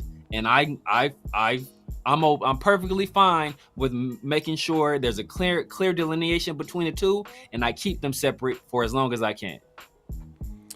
Daniel Kim says, I think it's the latter. Trying to get Sanders to drop in the draft instead of paying to go up and get him. It's line season. That could be a possibility. That's a possibility. I mean, teams did it to CJ Stroud with the S2 test. Right. And it's smoke season. You know what I mean? All the way up into the draft. It's smoke season. So there's going to be a lot of noise. It's going to be a lot of talk. But at the end of the day, we'll find out the truth during draft day. But you know what? We talked about this before the show, and the Browns, recently had like an issue with the player wanting to get traded, and that was Myles Garrett. Now, when I say issue, I mean he had a whole, like, he went into his computer, went on Microsoft Word, typed it up, put his signature on it, to made it look nice and professional. And he sends it to the Browns, he puts it all over social media, pretty much announcing that he would like to be traded, thanking the fans, and yada, yada, yada. He didn't want to have no part with the Browns. And it had nothing to do, well, maybe had a little bit to do with money, possibly. But the main point that he was making, he wanted to win. He wanted to win. Fast forward, the rest is history, man. He ends up signing a contract, a huge contract extension. But what changed? There was reports saying that the veterans in the locker room for the Cleveland Browns had a problem with the quarterback position. Watson and just the quarterback position overall. What changed? Yeah. The Browns picked number 2. So I'm sure that the Browns most likely assured Myles Garrett that they're going to pick a quarterback. So I think Shadur probably is going to go number 2. Or Cam Ward. Who knows? Either Cam or Shadur. Yeah. And that's what I didn't mention is that, there was Myles Garrett was on with some of the media in Cleveland, and they were asking him essentially, hey, what changed your mind? What made you want to stay? And one of the things he said was, the Browns have a plan at quarterback, and I feel very comfortable we'll be able to, get the position in order. We'll be able to get the right guy in the position. It's something to that effect. They're basically intimating that they're either going to acquire somebody via free agency or they're going to acquire somebody via the draft. Now, they're in a much better position, to acquire somebody via the draft, especially if they feel that Shadur Sanders is the right quarterback for their franchise. Right, man. Salute to Raider Way. Salute to East Coast Gridiron in the building. He says, here's my take. The people that say Shadur is terrible or not NFL people or not an NFL QB are wrong. I think he's Mason Rudolph. Sheesh. That's barely an NFL quarterback. That's not too far. That's like Oh man, speaking of Myles Garrett, didn't Myles Garrett like knock him out one time during that football? he swung. It was something crazy. Actually, Yeah, swung him at it because I think Mason Rudolph called him the N-word, and Myles Garrett swung on him with the helmet. Oh damn! Shit! Yeah. Damn, that's crazy. Wow. But he says, but those overhyping him are wrong too. He's an okay QB. My guy, East Coast, man. We'll see how it shakes out, man. I think Shadur goes in the first, man. I think he gets drafted in the first round. I think he goes early. But I mean, hey, man, my guy East Coast, man, he breaks down film like no other. So make sure to check him out. East Coast Gridiron .net as well as YouTube channel, man. Make sure to check him out, man. Hopefully we'll have him on soon too as well, man. Let's do that again, man. If you're still in here, East Coast Gridiron, in the chat, give us your thoughts on Tedderell. I think people are kind of all over the place on Tedderell. Some people are like, oh, he's Darius Hayward Bay. Yeah, man. Raider Nation right now is taking shots at McMillan just because he's not gonna run a 4.2, 4.3. Obviously, they're used to Raiders drafting the fastest receiver in the draft and yada yada yada. But yeah, let us know, man. Let us know in the chat what you think about T-Mac. Kevin says, if you're not lying, you're not trying. Nate, Right. Yeah, facts. Jesse, they told Garrett they're taking Sanders' award. Yeah, for sure. That's what changed. I'm sure they assured him like they're going to correct that quarterback position, and obviously money talks, right? So he got a huge deal, but on top of him getting reassured that they're going to address that quarterback position. So, and I think you had, we were short on time, but I think there was a quote from Myles Garrett. Yeah. So that's it. Yeah, where he basically said, he's confident that they'll be able to get the guy that they want at quarterback, or get the guy to fill that position. Something to that effect. Yeah. Freshie says Raiders' best bet is to do what the Falcons did in regards to current QBs. That's what I'm saying. They got to be aggressive. But within reason, though. I painted a scenario, and that's like, to me, that's like the best. That's like, I don't want to say best case scenario, but I'm just saying, like, if the quarterback is there at number 4, then, or 5, however way you want to paint the picture, then I could see a trade up. That would make sense. But if it's in the top 3, it's gonna be too much. But we did a mock draft and we tried to trade up, and it was literally impossible. Facts. from number 6, we literally gave every pick and entire draft. Exactly. So imagine what it would look like when quarterback needy teams are gonna trade away their top pick with the quarterback on the board. Like it's gonna be tough. So we have her from East Coast Gridiron. That's a good Derek Mason. That's an interesting one. Okay, so ECG put it up there for us. Let's see. Yeah, it's a bold claim too. He's the only.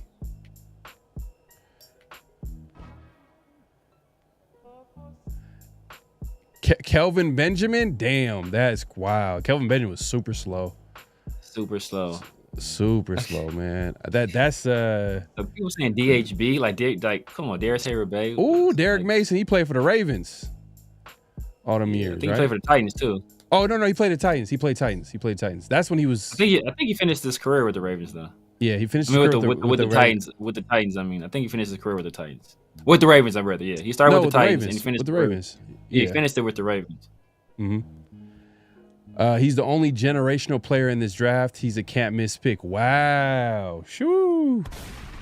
Okay, the only generational player in this draft. Man. So what's your take on like you're probably not big on Travis Hunter then. Travis Hunter, Abdul Carter.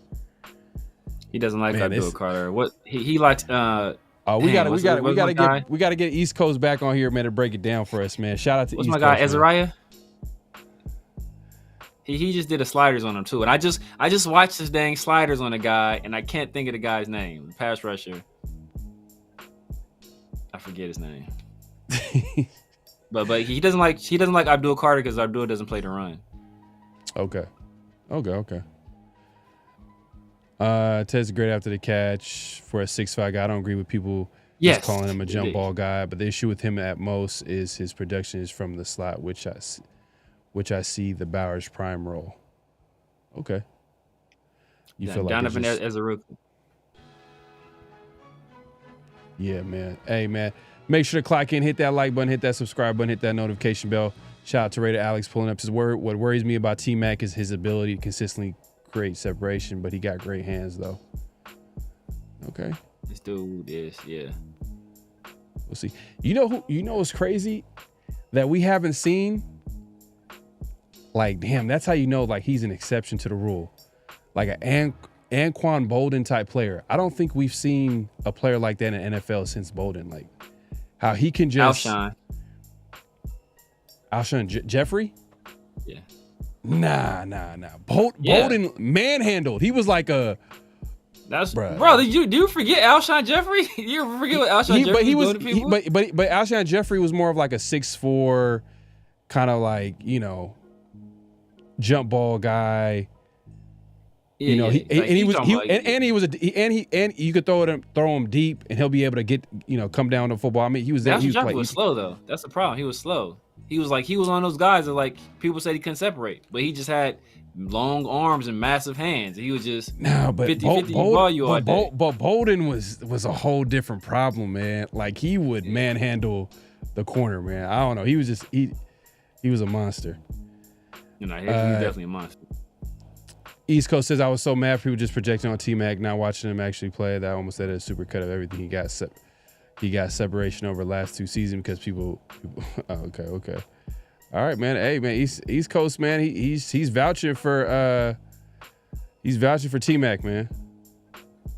Yeah, he's vouching for T-Mac for sure. I'm not telling everybody who I see, like all the and I don't want to group ECG in this same community because he has his own takes as we've seen. He has his own opinions. He watches the film. He breaks it down and he formulates his own thoughts on his own evaluations on these guys. So, but like all the people who are that I've watched it in the film, all the people I respect in the film community, they all say like Teteroa is like generational. There's like, man, of the recent receivers that come out, he's like probably behind Neighbors and Marvin Harrison. Well, depending on how you feel about Marvin Harrison Jr. Some people don't. Some people love him. Some people didn't. But he's like right behind those guys. Like it's Neighbors, Marvin Harrison Jr., Teteroa. Like that's the kind of guy he is. Like they all say can't miss. He's going to dominate the league. And it's people, other people are like, oh well, some people I don't know, or yeah. Like I don't think people have a difficult time projecting him to the league.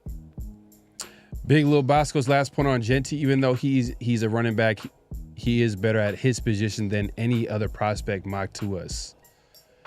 Hey man, Bosco is he's pushing back, man, on that narrative of there's only one generational player. Protect the Shield is also saying there's more.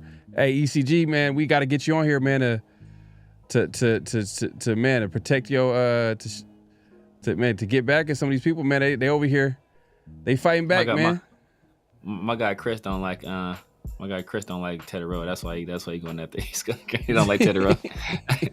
He don't like Teteroa. Okay, Teteroa's that dude, man. Teteroa is that dude. I don't know.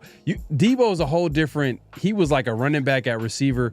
Anquan was a whole different animal, man. Like he literally manhandled any corner that was guarding him. Like the ball's in the air, he's coming down with it. And I'm not talking about like. But you don't remember Alshon. You don't remember. That's why I know you don't remember Alshon. I just feel like you don't remember Alshon. I feel like Alshon. That's how Alshon played, bro. Yeah, but I felt like Alshon was more a downfield threat than Anquan was. No, bro, no, you don't remember Alshon. That's what I'm saying. You don't remember Alshon Jeffrey. Alshon was not a downfield threat. He was not a downfield threat, bro. He was a big body catch, like long arm catch. He was slow receiver. That was his like his knot. Was he was slow, bro. Nah, he was like what 6'4". I think. Yeah, but that's my point. He was just out physicaling dudes.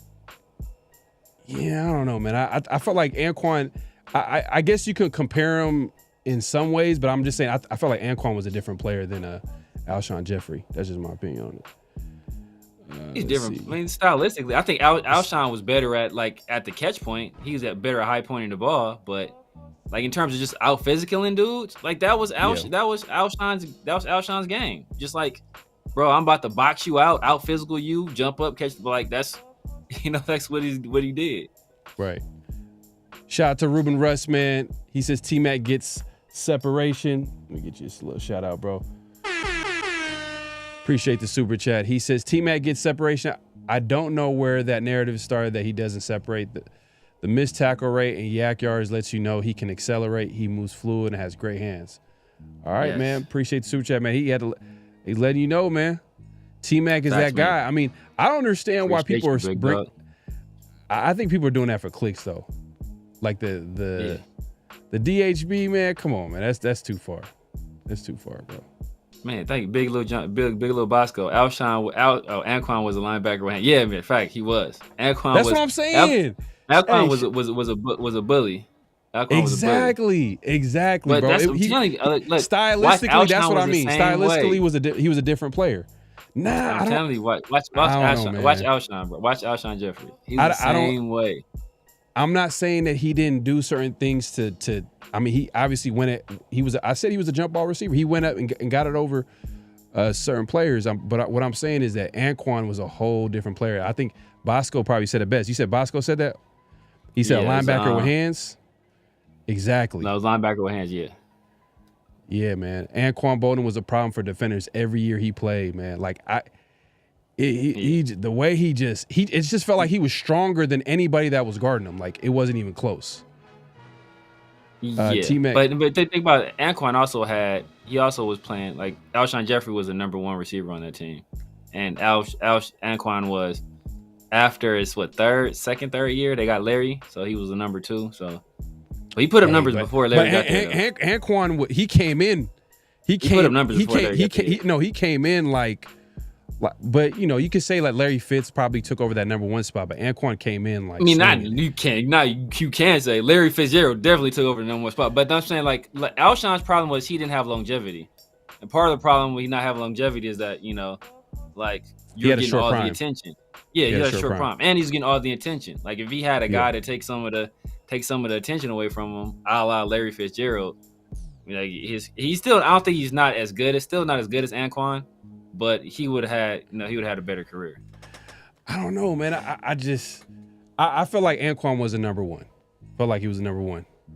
I think he was a number one. He could have been a number one on other teams. He probably wasn't a number one with Larry Fitzgerald there.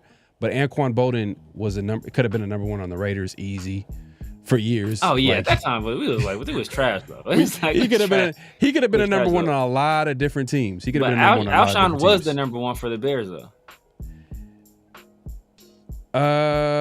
And what was he for the Eagles? Was he the number one for the Eagles? He played for the Eagles, right? He played for the Eagles, yeah. But that was after he was basically already done at that point. He was like done. And a lot of his success was with Jay Cutler. Was it Jay Cutler at quarterback? Was it Cutler throwing them bombs? It was before. I think he was having maybe with Cutler. I thought he was having success with Cal Orton. I think he was killing with Cal Orton and Royce Grossman, if I recall correctly.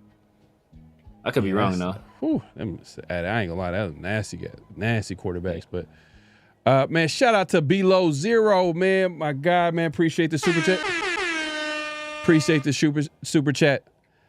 My guy, East Coast Gridiron in the building.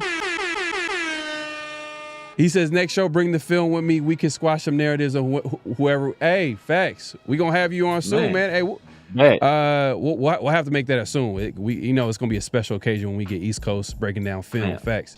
Always a special occasion. Hey, you know what? I think.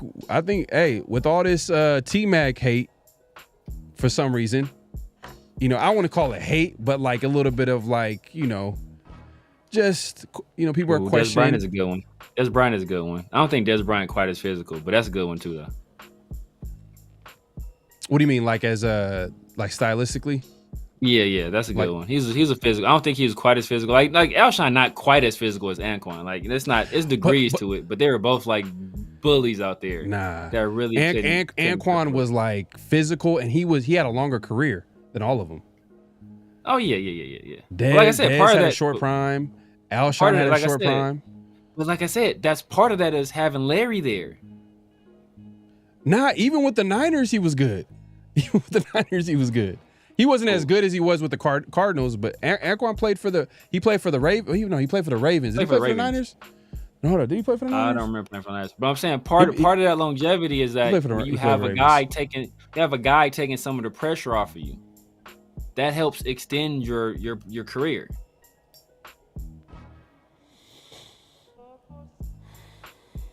Yeah, no, I'm not disagreeing with you, but yeah, man. Hey, we appreciate everybody coming through. Make sure to clock in, hit that like button, hit that subscribe button, hit that notification bell. Actually, man, my guy, East Coast, we're gonna have you on, bro. And I think the number one, I think we should probably get T-Mac. And what's another guy? I feel T-Mac is probably the number one guy that we feel like we should. What would be another prospect that you should break down? Let him bring whoever his favorite running back is. His favorite running back that he thinks will be there in the second, third. I already know who it's gonna be. It's Dylan Sampson, probably. It's Dylan Sampson. I know he loves Dylan Sampson. I think he's big on Hampton too. Omari Hampton. Yeah, Hampton, but I don't think Hampton's gonna be there in the second though. That's the thing. I don't think Hampton's gonna be there in the second. Yeah, that'd be good. Break down your favorite running back, and then also break down T-Mac. That'd be good. Ooh, Derek has a good one. Yeah, Michigan corner. Yeah, Will Johnson. That'd be a nice little breakdown. Will Johnson. Oh, know what? I want to Tyleek. Bring Ty. People don't know about Tyleek Williams. Do Tyleek. Okay. All right. There you go. All right, man. Hey, man. People are asking for Will Johnson, Tyleek. Oh, he said yes, sir. Tyleek, we gonna have to do that, bro. man. Bro, you watch the film on Tyleek. You watch the film on Tyleek. You be like, this dude ain't no way in the world. This dude is 330 pounds, bro. This dude is 330 pounds, moving like that. Ain't no way in the world he's 330 pounds. Like, it's crazy. It is crazy. Like, a band that big should not be moving that fast. It's crazy. Man, we got another one, man. My guy with the super chat. Ruben in the building, man. Appreciate you again supporting the show. It says, if not Genty or Tet, who are your top options? Will Johnson injury concerns. Mason Graham is the same player as Wilk. I'd take Membu to shore up the offensive line. You sound like Coach. Early in the chat, Coach was talking about offensive line. I'd rather go T-Mac. I'd rather go wide receiver over running back Genty at number 6. He's saying if not those guys, who? Oh, if not those guys. Will Johnson got injury concerns. Does he? Is that why there's a concern about him dropping? I was wondering, why is he going? Yeah. Why is he dropping? He hurt himself. I forgot what he hurt himself late in the year, but then he just I think he just had a hamstring not that long ago. Yeah. I think he hurt his hamstring rehabbing. I mean, it feels like the Raiders should trade down, to be honest with you. Yeah. I'm not taking Membu at 6. I'm damn sure not taking Membu at 6. I'll trade down and take him to maybe the teens. But I low key I like Connerly. Do I like Connerly better than Membu? I'll probably like Connerly almost as much as Membu, to be honest with you. I like Simmons better than I like Membu. So I'm not taking Membu top 10, to be honest with you. Coach said, did I hear 330 pounds? Yes. Because earlier, yes, you did. Earlier, he said he didn't like was it Meredith because he was only 300 pounds, I guess. Yeah, but Tyleek plays D tackle though, so he's a true he can be a true gap eater nose, but that dude, I'm telling you, this dude moves. I was watching this dude. I'm like, okay, man, this dude is good. Okay, let me check this dude out. This dude, he had 3 technique. He probably 290. This dude was 300, and I think he was listed at 336. I'm like, God, ain't no way in the world this dude is moving like that at 330. No way in the world. It's impossible. But Ruben, shout out to, I think Bosco said it earlier in the chat, and I've been hearing this a lot. A lot of the smoke about Raiders picking number 6, it could be them trying to have someone trade up. It's a possibility that they're doing that to, like, maybe a Dallas Cowboys trade up to 6 to get a Genti. I don't know why they would do that, but maybe they want to shore up that offense. I don't know why, but it is what it is. But it's a lot of smoke, and usually we talked about earlier in the show. We talked about, like, it's a lot of smoke around this time of year. So maybe it's a possibility that the Raiders trade down, and then we get our player of the future, man. But man, appreciate you supporting the show. Man, Below Zero says y'all draft board sounding like the New Orleans draft board. We all mentioned most of the same kids. Love the chat, fam, man. Appreciate you coming through. Yeah, man. You, if the Saints want to trade up, man, hey, it's for sale, man. I mean, I'm not the decision maker for the Raiders, but hopefully, if y'all want to trade up, man, go ahead and trade. Hold up, where did the Saints pick this year? Did they pick in the top 10? Yeah, they pick. Oh, 8. Let me check Tankathon real quick. The Jets are at 7. Or the Saints at number 9? They're at 9. 9. Okay, 9. Yeah. Okay. Hey, man. If the Jets want to give up a second round pick, at least second, and throw in a third, the Raiders should do business with the Saints, because that's literally dropping only like 3 spots. I like that. And then I bet you there's going to be a player that some team is going to want, dropping out of the top 5, or maybe they're trying to get their hands on a Genti or whoever. You know what I mean? Pause. Salute to my guy Chris, Protect the Shield. I didn't see him walk down that Penn State running back. I saw him getting bullied though, getting his lunch money. I'm messing with you. Oh, Sabular says Will Johnson got T-Rex arms too. Oh man. Do we? Yeah, I don't know. I don't know about that. I have to look into that. Hold on. Let's actually look this up real quick. I have to look into that. Let's see. That sounds like because I know Pete Carroll wants a certain type of cornerback. Let's see. He's at about 30 1/8 of an inch. Yeah, so you do got short arms. Yeah. Well, let's see. He's 6'2". He's 6'2". Let me see. Yeah. What's his? What did he jump? No, he didn't. Let me see his. No, I don't think he tested. He's hurt right now, huh? He was hurt. He can't. So he can't even test. No, he can't test. Damn. I mean, he got the height, he got the size, but the arms are short though. I'm not gonna lie. Yeah. That's shorter than you would like. Right. And hey, you know what? A guy like Pete could be like, you know what? I can get a guy in the later rounds and develop him. You know what I'm saying? Because he's done it in the past with Seattle. I mean, one of their starters in Seattle was drafted while he was there. Tariq. I'm looking at Devin Witherspoon. Devin Witherspoon had 31 inch arm, so it's not. Oh, okay. Okay, it's not a deal breaker. Yeah, it's not the same as when you look at tackles. Yeah, look, you're talking about Tyreek. Tyreek is I'm telling you, bro. I don't know if Coach just now getting on a Tyreek, but yeah, bro, Tyreek is a dog, man. Dog. Man, Louis Beer says I'm trading down from Membu. Simmons, my fave. Unfortunately, he's injured. Josh Connerly, East Coast says destroyed Abdul Carr. Just watched the film the other day. I'm telling you, man. Josh Connerly is a dog, man. He's crazy. He's a dog, man. He's a dog. Where are you projecting Tyreek? Hopefully, I mean, what round? He could go late first, early second, but it just depends on how people feel about obviously where Mason Graham goes, and Nolan, and then Kenneth Grant, and how they feel about those guys, because but after Mason Graham, those guys can be somewhat interchangeable depending on how teams feel about them. I personally have Tyreek right after Mason Graham, but I don't know how NFL teams will how they'll evaluate them. So, how they'll stack those guys up. Okay.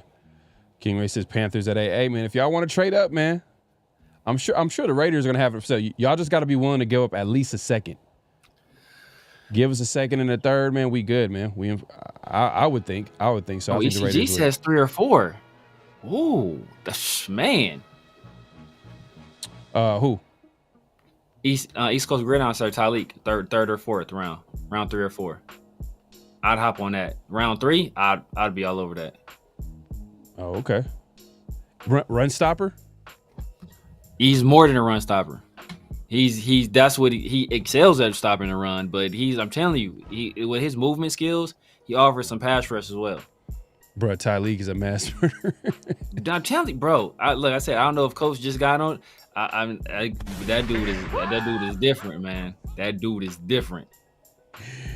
Hey, man, if you haven't already, make sure to clock in, hit that like button, hit that subscribe button, hit that notification bell. Let's move along, man. We got what's real, what's not. This is where we say a statement. You let us know if it's real or it's not. And let me go ahead and read off the first what's real, what's not. And pretty much with this being regarded as possibly the best running back class ever, and T-Mac being touted by by many as an elite wide receiver prospect, it is more likely than a non-quarterback wins the Offensive Rookie of the Year award than any other quarterbacks in this class. Is that real or is that not? So I'm gonna repeat this again. With this being the best running back class ever, and T-Mac being considered an elite wide receiver prospect, it's more than likely a non-quarterback wins the Offensive Rookie of the Year award than any other quarterbacks in this class. Is that real or not? I'm going to say, you know what? I think this is the year. I think this is the year where a offensive rookie not being a QB wins that award. Because there's a possibility that, none of the quarterbacks start. It's possible. It's possible. There, obviously some of these, if they go early, like if they go to the Giants or the Browns, then you could probably, Tennessee might end up starting them. But that being said, T-Mac can go to a good situation, get his numbers. The running backs really don't need time to really be productive. They can easily just hit the ground running, especially depending on the team that they go to. So I think, in my opinion, that it's real. 100% real, man. What's your take on it? Yeah, I agree, because the only real possibility, essentially, it's a two-man. It's, Cam and Shadur are the only real true possibilities. And then after that, you got to think about Teteroa could win it. Genty could conceivably win it, or Brian Hampton can win it. I just saw Maurice Jones-Drew. He dropped his running back rankings. He has Travion as the number 2 running back in his class. I think Todd McShay has Travion as the number 3 back in his class, so he's a guy that can win it. Judkins is a guy that can win it. So there's a if it's these 2 quarterbacks or the field, I'm definitely taking the field. So I'm going to say that's a real statement. We the people says no. He thinks quarterback. You think quarterback or not? Man, the chat is not real. King Ray says not real. So you think a quarterback is going to win Offensive Rookie of the Year? He probably has high faith in Cam. Okay. Bosco saying it's real. Okay. Shout out to Bosco. We the people, I'm assuming, yup, real. Okay. Let's see, man. Genty. I ain't sleeping on Dart, King Ray. I'm not sleeping on Dart at all. I just don't think he goes to a team where he starts immediately. OJ Raider says Genty Rookie of the Year breaks Raiders all-time rushing record and touchdown record. Okay, hey man, he believes it's real. That means he believes it's real. So a lot of people, for the most part, everybody's thinking that it's real. So I agree, man. I don't think, because even the quarterbacks, they're not going to go to an extremely good situation. I'm not sure if they're going to be able to be impactful, but we'll see, man. This is the era of young QBs kind of hitting the ground running. We've seen QBs come in and be productive. Maybe one of these QBs is productive and then they win that award. But I just feel like, man, there's so many good running backs, and I feel like they're going to go, especially the Raiders. Raiders. There might be a really good chance that the offensive rookie plays for the Raiders because we're going to be dependent on them highly, whether it's wide receiver or running back. Yeah, if it's a receiver, they got no chance because Brock Bowers is going to destroy every record this year. It's with a good quarterback. Or Brock Bowers is about to go. Hey, remember what I said about Brock Bowers? Because I remember we had a conversation last season, and I'm like, hey, because you were saying that the reason why Brock Bowers was having a greater season is because there's also not a lot of people that they're throwing it to. So do you think that? Do you think that he can break or top his year? Because he's 21 years old. 21 years old, doing it with AOC, who you said is trash, and Minshew trash, and now you're gonna give him an upgrade at quarterback, Gino Smith, upgrade offensive coordinator, and Chip Kelly. You would hope maybe you can argue that maybe Chip Kelly doesn't have like the most prolific passing scheme, but running scheme is a strength. So maybe I don't know. Maybe that people like to say that, but it's better than when people give him credit for it. And I've seen it up close for several years. So people say that like he's very creative. He just his running. He doesn't have to pass a lot because his running game is so good. I think his numbers come down. Just by virtue of it was a perfect storm last year for Brock, and so far as that, we got rid of Devontae early, Jacoby was hurt, we couldn't run the ball, and so he was essentially the only show in town. So I think that's part of it, and but he's supremely talented, so he's a guy that should get a large share of the targets. He should be the primary, like he should be the number one option on just about every play. But I just think that if you just add in like a slightly better running game, that alone is going to shorten the game. And then if you add another competent receiver, like that's going to take away some targets from him as well. And I don't imagine this being like some high flying like super run up the score type offense. So I think it's going to be hard for him to duplicate what he did last year. I still think he's going to have an awesome season, but I don't know if he'll duplicate what he did last year. And I feel the same way about like Malik Nabers. I don't know if Malik Nabers is able to, Malik Nabers may, just because he missed 2 games. So there's like the potential 2 extra games there. But I'm not sure if Malik Nabers duplicates what he did last year either. Well, hey, look, I think it might not happen next season. It's possible that it might happen next season, second year. Sometimes, players can also struggle in their second year just because, teams are going to adjust to them. They're going to have a whole year of tape on them, and there's going to be a whole lot of tension on Brock Bowers. So he's going to have to adjust to that. But what I'm betting on is the fact that he's 21 years old, and he's already figured out how he can get open and be productive like that. He is right. You know how much confidence he's probably gonna be playing with? Like his confidence through the roof. So now like he's probably gonna hit a wall at some point where he's gonna have to adjust to how the teams adjust to him. But man, the sky's the limit because his talent transcends whoever's back there at quarterback. He's already proven that. So now like if you improve the pieces around him, I think he's gonna be put. I don't know. The sky's the limit. Sky's the limit. Like I said, it's not so much as he can be a better player and still not have as good of results if you know what I'm saying, because it's all at that point it's all a numbers game. Like he's not going to get as many targets if the Raiders are able to run, which you have Chip Kelly as an offensive coordinator. 9 times out of 10 you're going to be able to run the ball. So like the Raiders they're not going to have the absolute rush run. Oh, and that brings us to our next point. But they're not going to have the absolute rushing offense in the league anymore. Even if they're middle of the pack, that shortens the game and it takes away several targets from Brock Bowers per game. So I think Chip Kelly on the flip side, I think Chip Kelly would do some creative things where it'll be some plays where Brock Bowers is running wide open. You'll be wondering like how the hell is the best player on the field running wide open, where he'll get some easy ones. But I think, like I said, he'll also get less targets per game, and the Raiders are going to be running the ball a lot more. Okay, so I guess you kind of was trying to segue to this. So this is the second what's real, what's not statement. Gino Smith will rush for more yards this year than any of our running backs did last year.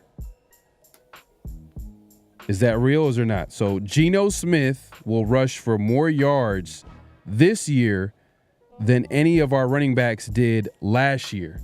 So who was our leading rusher last year? It was, I think it was Alexander Madison with 420 yards. Nah, I'm gonna say that's not real. I don't look at Gino as. I'm not saying that Gino can't move. I look at him as a pocket passer. I don't look at him as like a guy that like wants to get out there and run for the Yeah. For big. I don't know if he's gonna run for 400 yards. Yeah, I'm gonna say that. I'm gonna say that's not real because I feel like Gino's more of a pocket passer. But it's close though. It's close. His first year in Seattle, he ran for 370. Ooh. So his first year, that was his year with Pete Carroll and with Shane Waldron, who was kind of a younger, but people thought he was creative offensive mind until he got to Chicago and he kind of laid the egg. But so I'm gonna say it's real. What did he do last year? He didn't run that much last year. But last year, he was a different. It was Mike McDonald as his head coach. It was a different offensive coordinator too. His first, how long was he playing for Seattle? Was it 2 to 3? Was it 3 years? 2 years? 3 years? 3? 3 years. 3 years. So, let me just check this real quick. Let me check Geno Smith. But I'm gonna say it's not real. Like, he's 34 years old. He's more of a pocket passer. I'm not saying he can't move out the pocket. He can, but I think his game is in the pocket. Yeah, that's where he prefers to be. Chip Kelly's gonna move the pocket though. That's the thing. Chip Kelly's gonna move the pocket, and he's gonna also be. There's a lot of design rollouts and a lot of RPOs in Chip Kelly's system to what he's adapted his system to. Is a lot more RPOs in this system, so there's gonna be opportunities for him to have a lot of keepers. And if teams aren't respecting his ability to run, I think he can gash them. And it only takes a few times a game or a few big games for you to get that eclipse that mark. So you're saying, let's see. You said 348? I think 366 would he put up that first year. I thought with Seattle, 366. I think almost basically 370. So he had 338 last year. So he had 338 last year, and so the first year with Seattle, he put up 366, right? I don't know if I'm reading this right here because it's showing his passing. Let me try to see if I can. Let me see. Get his career. Let's go career.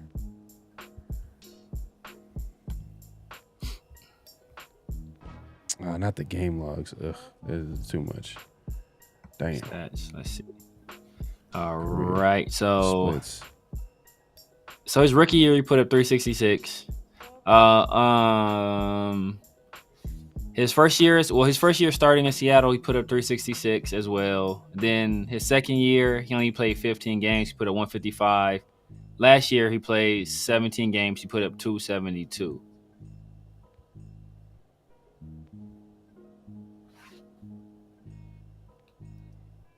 Let me see.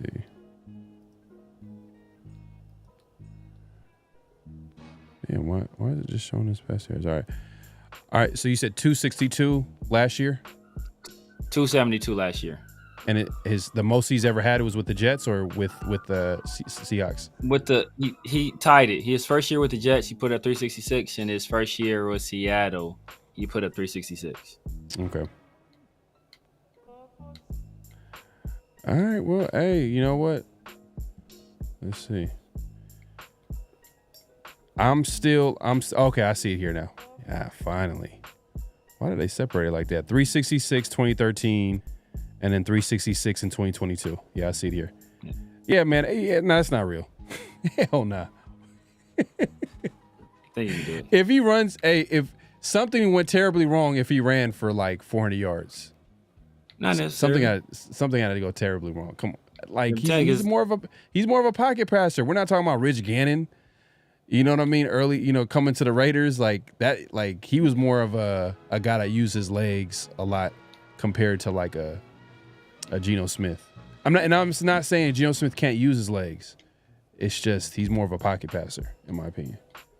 But let us know, man. Let's see what the chat's talking about.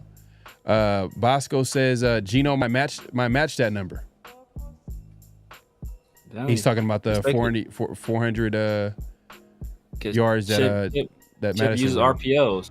Because look at Will Howard. I mean, I don't know how many yards he ran for last season, but Will Howard isn't a guy that's thought of like as some like super mobile guy. But he used his legs, and it with RPOs. If you don't respect the threat of the run, he's gonna hurt you. Safe, man. Safe below. I think we got it. He ran for like 200 in last year. 272. 272. Let's see, man. Appreciate everybody coming through. Make sure to clock in. Let's see. Bosco says Gino got fresh legs too. He might turn into Warren Moon on us. Oh man. Nah, facts. And we'll have East Coast on soon. This week. It's possible we might have. We'll try to make it happen. Maybe this week, or we'll check in with ECG and what it's looking like for as far as his schedule. But we'll get him on here, man. He'll break down this film, man. My guy Chris in the chat, he fighting for his life. What the? Hey. I'm fighting for my life. Y'all killing me with this. He defending his Michigan guys to the death. Hey, no, for real? I didn't know that.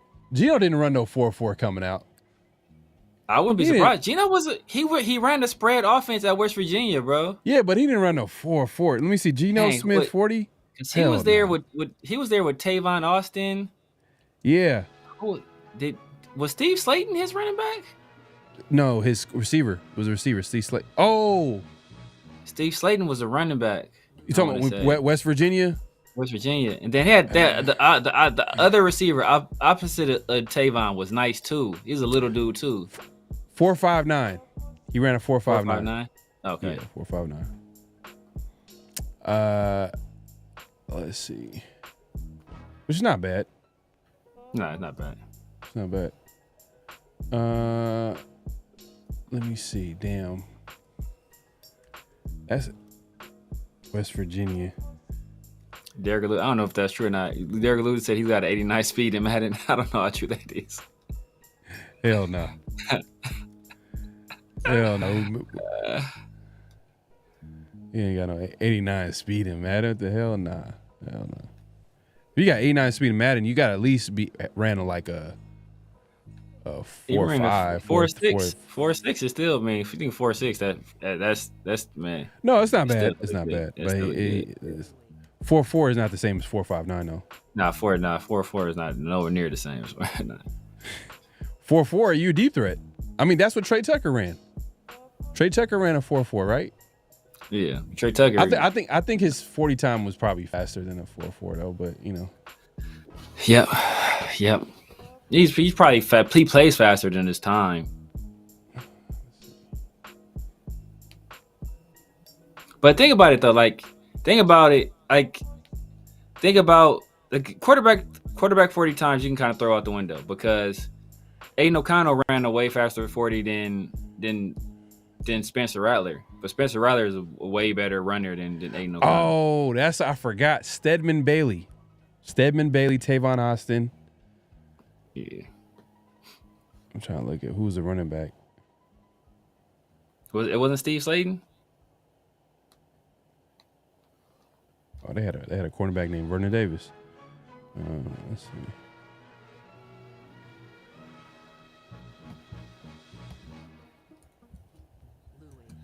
It says in 2012 their running back was DJ Hunt. And let me see if it's not showing. Oh, Steve Slayton he was there earlier. Okay, he left. He left there before Gino was there. He was at West Virginia, but he was there before Gino was there. Okay. I'm trying to look. I remember him being there. Man, that was like one of my favorite players. Man, these college teams got hella players. Yeah, yeah, they have stupid amount of players. Yeah. Man, but we appreciate everybody coming through. Make sure to clock in at this point, clock out, hit that like button, hit that subscribe button, hit that notification bell. Man, it's been a great show. Man, y'all been cracking jokes left and right. He said, Derek, 89 speed, man. I'm not even gonna check it. Just yeah, I know exactly. Derek, I know you guys. Trolling. Man. Forces got him looking closer to Cunningham than Vic. But Cunningham was fast though. I wonder where Cunningham's 40 was. Was he? He was fast. Cunningham was fast. He was fast. Well, I don't know what his 40 time was though. Did they even clock 40 times back then? Oh yeah, I'm sure they did. Remember people talking about Bo? Bo ran like a 4.1. Remember that? Remember that was a rumor? Damn, that's wild, bro. If he ran a 4.1 at his size. Yeah, but that was like I said, that's the urban legend. That's the urban legend stuff people be having. What? Swear to 89? Damn. Is it? Madden just people that work at Madden, they just be doing whatever. It's really 89. I'm telling bro, Gino's an athlete though, bro. Gino's an athlete. No, Derek, I'm really gonna check it, and the next time you say something, this is hey, everything's hanging on the balance right now. This is your credibility. I'm gonna look this shit up. But that'd be wild though. If he's not 89 is too damn fast though. Let's see. 89 is too damn fast. Gino's an athlete, but 89, like I'll put him in like the low 80s. No, he wasn't. He's not Vic fast. Hell no. Vic was a whole different level. Nah. Vic is a whole different. Vic was damn, man. It was. I don't think there's any player that you compare. Maybe Lamar. Lamar would probably compare to possibly Vic, but Vic had it was a whole. Nah, bro. No, I'm looking at it right now. It's 89. Gino Smith is an 89 with an 84 in acceleration. The 84 in acceleration. That's funny. Man, they got Gino juiced, bro. What the hell? Hey. Gino's juiced on here. He got an 80. Hey, man. He got a 90 in short throw. At least you can play with the Raiders on Madden. Accuracy. At least you can play with the Raiders on Madden, because I ain't gonna lie, the quarterback situation, you couldn't play with the Raiders on Madden. Nah, we need another receiver though. I can't play with no. We can't. I need another receiver though. Bro, I can't. Oh yeah, for sure. Okay, we'll mock you talking about damn. I ain't trolling. All right, man. I'm gonna take your word for it, man.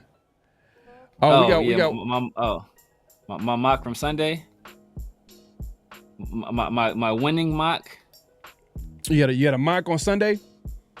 Yeah, me, Chris. We all did. Me, Chris, and 805. We all did mocks. I probably had one of the best mocks of all time, if I do say so myself. Well, who'd you pick in the first round?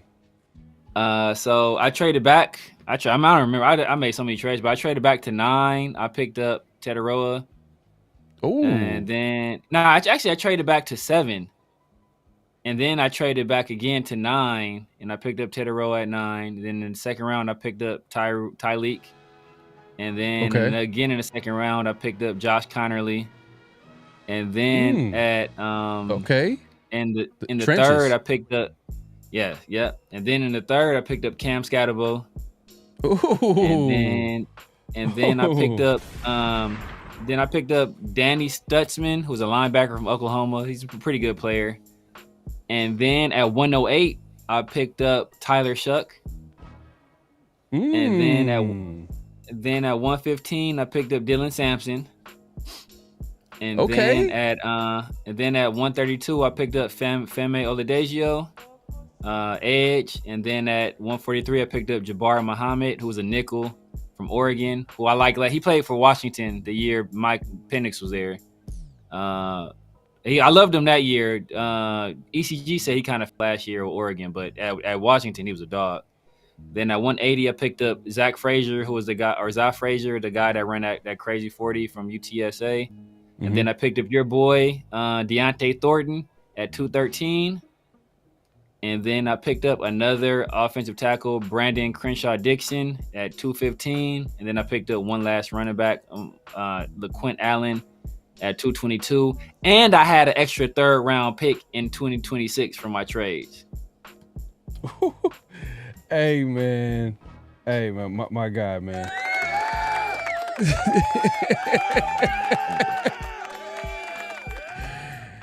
Hey, man. I think they need to hire Severe, man, for GM for the Raiders, man. I think they need to do that, man. That sounds like a fire draft, by the way, man.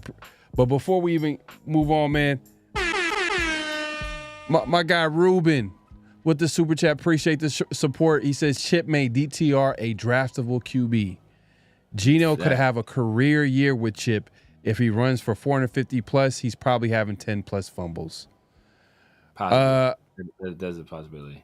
Hey, but you know what thing? The one thing that I seen Chip say in an interview prior to becoming the offensive coordinator, or I think at the same time, I think around the same time he became OC for Raiders, he mentioned how he tailors his offense. Yeah, you have a system, but at the end of the day, you have to tailor your offense around the strength of the players that you have. So I'm sure he's going to recognize what Gino is good at. And come on, Gino's a pocket passer. I mean, he's a guy that can pass. He's a pocket passer that can move. He can run. Yes. He can get you a first down with his legs. Yeah. But 89 speed, that's wild, man. Yeah, that's crazy. Like, and one thing I would say about in favor of y'all argument about Brock having like an even bigger year, like he said how he turned DTR into a draftable player. Like he turned Greg Dulcich into, I think, the number one tight end taken that year. Greg Dulcich is like out of the league 2 years later. Like, so like out of the league. So like he's gonna know how to get, because Greg Dulcich is essentially like a very, very poor man's Brock, except not as good of a blocker. But like, and he's a little, I would say he's like a little more smooth than Brock, but he's nowhere near the athlete, nowhere near the physical presence of Brock. So, like if he can do that with Greg Dulcich, he's gonna be able to do some crazy stuff with Brock. Man, I hope so. Crazy stuff. I hope so, man. Hey, Derek, man, my bad, man. Your word is gold here, man. Your word is gold, man. You were right. You're right. But hey, you know what? If Michael says if Gino's 89, Vic is 99. Nah, I look. What did Derek Carr run? What was his 40 time? We just seen that. We just found out that probably the same.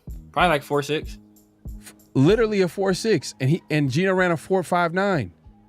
Yeah. So you're telling me that Derek Carr's he wasn't no 89 or 80 something as a rusher? Yeah, but that's the thing though. You gotta look. You can't look at, because Aiden O'Connell has a faster 40 than Patrick Mahomes. He has a faster 40 than Spencer Rattler. We saw Spencer Rattler run against us. Aiden O'Connell has a faster 40 than Spencer Rattler. That's true. But it's like, it's it's like when your ability to run as a quarterback, it's not all predicated on, like your 40. Like it's a lot of it is instinct, a lot of it is awareness. You have to have a feel for it. Quickness, and some guys have a feel. Yeah, some guys have a feel for it, and some guys just don't. Like Derek Carr, he was starting to learn it under Gruden, but Josh McDaniels shut all that shit down. And Aiden O'Connell just doesn't have it. He's never gonna have it, unfortunately. Gino Vic. That's gonna be wild, man. You only use the Raiders. I feel you, man. But look, it's been tough, man. In the last few years, it's been looking ugly. At least at quarterback. At least at quarterback. I haven't played Madden since like 2016. So last time I used the Raiders, we was pretty good. So. And the hack though with Madden too is like speed. Yeah, oh yeah. So like you could like literally adjust your lineup to put the fastest player on there, and you can make it work for you. But last few years, I mean, I don't know, the Raiders had kind of like a lot of slow players, to be honest with you. I mean, outside of Trey Tucker was probably the fastest player at wide receiver. I don't know. Yeah. Is Madden just measured against QBs? If so, then 89 makes... Nah, 89 is way too high. That's way too high. Yeah. Hey man, hey, don't be hating, man. Don't be hating, man. Hey man, it's Jonathan Studio. Hey, yeah, man. Hey, that was Jonathan, an A+ mock. Y'all be doing backflips when y'all have that. Don't be hating. All right, man. Hey man, it's been a great show. We got to get up out of here, man. We actually went longer than expected. I was like, oh, we were right on time. I was looking at time. I'm like, okay. And one thing led to another. I'm looking up, and we easily hitting over 2 hours here, man. So we appreciate everybody coming through. We appreciate the support. We're going live on both our channels. So if you haven't already, make sure to head over to both channels and subscribe. Hit the like button. Hit the notification bell so you'll be notified when we drop new content. Have a live show, all that stuff, all that good stuff. Usually later in the week, we'll have Around the Shield. Usually that's a pre-recorded show, but lately with, the news coming in left and right, we've made that into a live show. So just hit that notification bell so you'll be notified when we do drop a live. And, crazy things can happen during the off season. So make sure to tune in. We appreciate the support. Severe, man, let the people know where they can find you, what to look forward to, all that good stuff. Y'all know what it is, man. The Severe Raider here on YouTube, on IG, Snapchat, TikTok, X, all that good stuff. Rocking out Sundays and Tuesdays with my guys, Christian Protected Shield and 805 Raider. Here every night on Tuesday night, the real famous 50-50 show. Make sure y'all clock in. Make sure y'all are clock out at this point. Make sure you hit them subs. And then Around the Shield, man. We trying to bring you guys a fresh guest every week. Usually Friday nights, but we've been mixing it up a little bit. So sometimes we go on Thursday nights. To make sure y'all don't miss an episode, just make sure y'all just click those notification bells. Make sure you guys get notified anytime we go live. You guys will be the first one in the room. And yeah, man, make sure if y'all haven't subbed to my guy, PharoahNFL, if you're on my channel, you haven't subbed to him, make sure you head over to his channel, give him a like, give him a sub, and vice versa. If y'all on Pharaoh's channel, make sure y'all slide over on my channel, hit that thumbs up and give me a sub as well. Yes, sir. And also follow Around the Shield on IG and Twitter. We're trying to get the numbers up. So if you haven't already, make sure to subscribe for the latest and greatest about the Raiders, memes, all that good stuff. Definitely give us a follow there. And man, just follow us all over social media. And if you want to get some latest gear, 50-50 gear, all that good stuff, Raider gear, you can check out the 50-50 shop. The link will be in the chat as well as the bio, depending on when you're watching this. In this case, if after this live, you can check the description to get that link. Man, it's been a great show. Kevin Lurker, man, appreciate you, man. Appreciate you, everybody coming through. Any last thoughts before we head out, Severe? Nah, man. Let's just see, man. We got a lot of holes on this roster. For a team that's supposed to be win now, they better put their foot to the gas pedal real quick. Yeah, no, facts, 100%, man. We'll see y'all later this week, man. If y'all gonna check us out next week on 50-50 Show, we'll be here next week as well. Man, till next time. Peace. Just win, baby. Hello? You play to win the game. You don't play to just play it.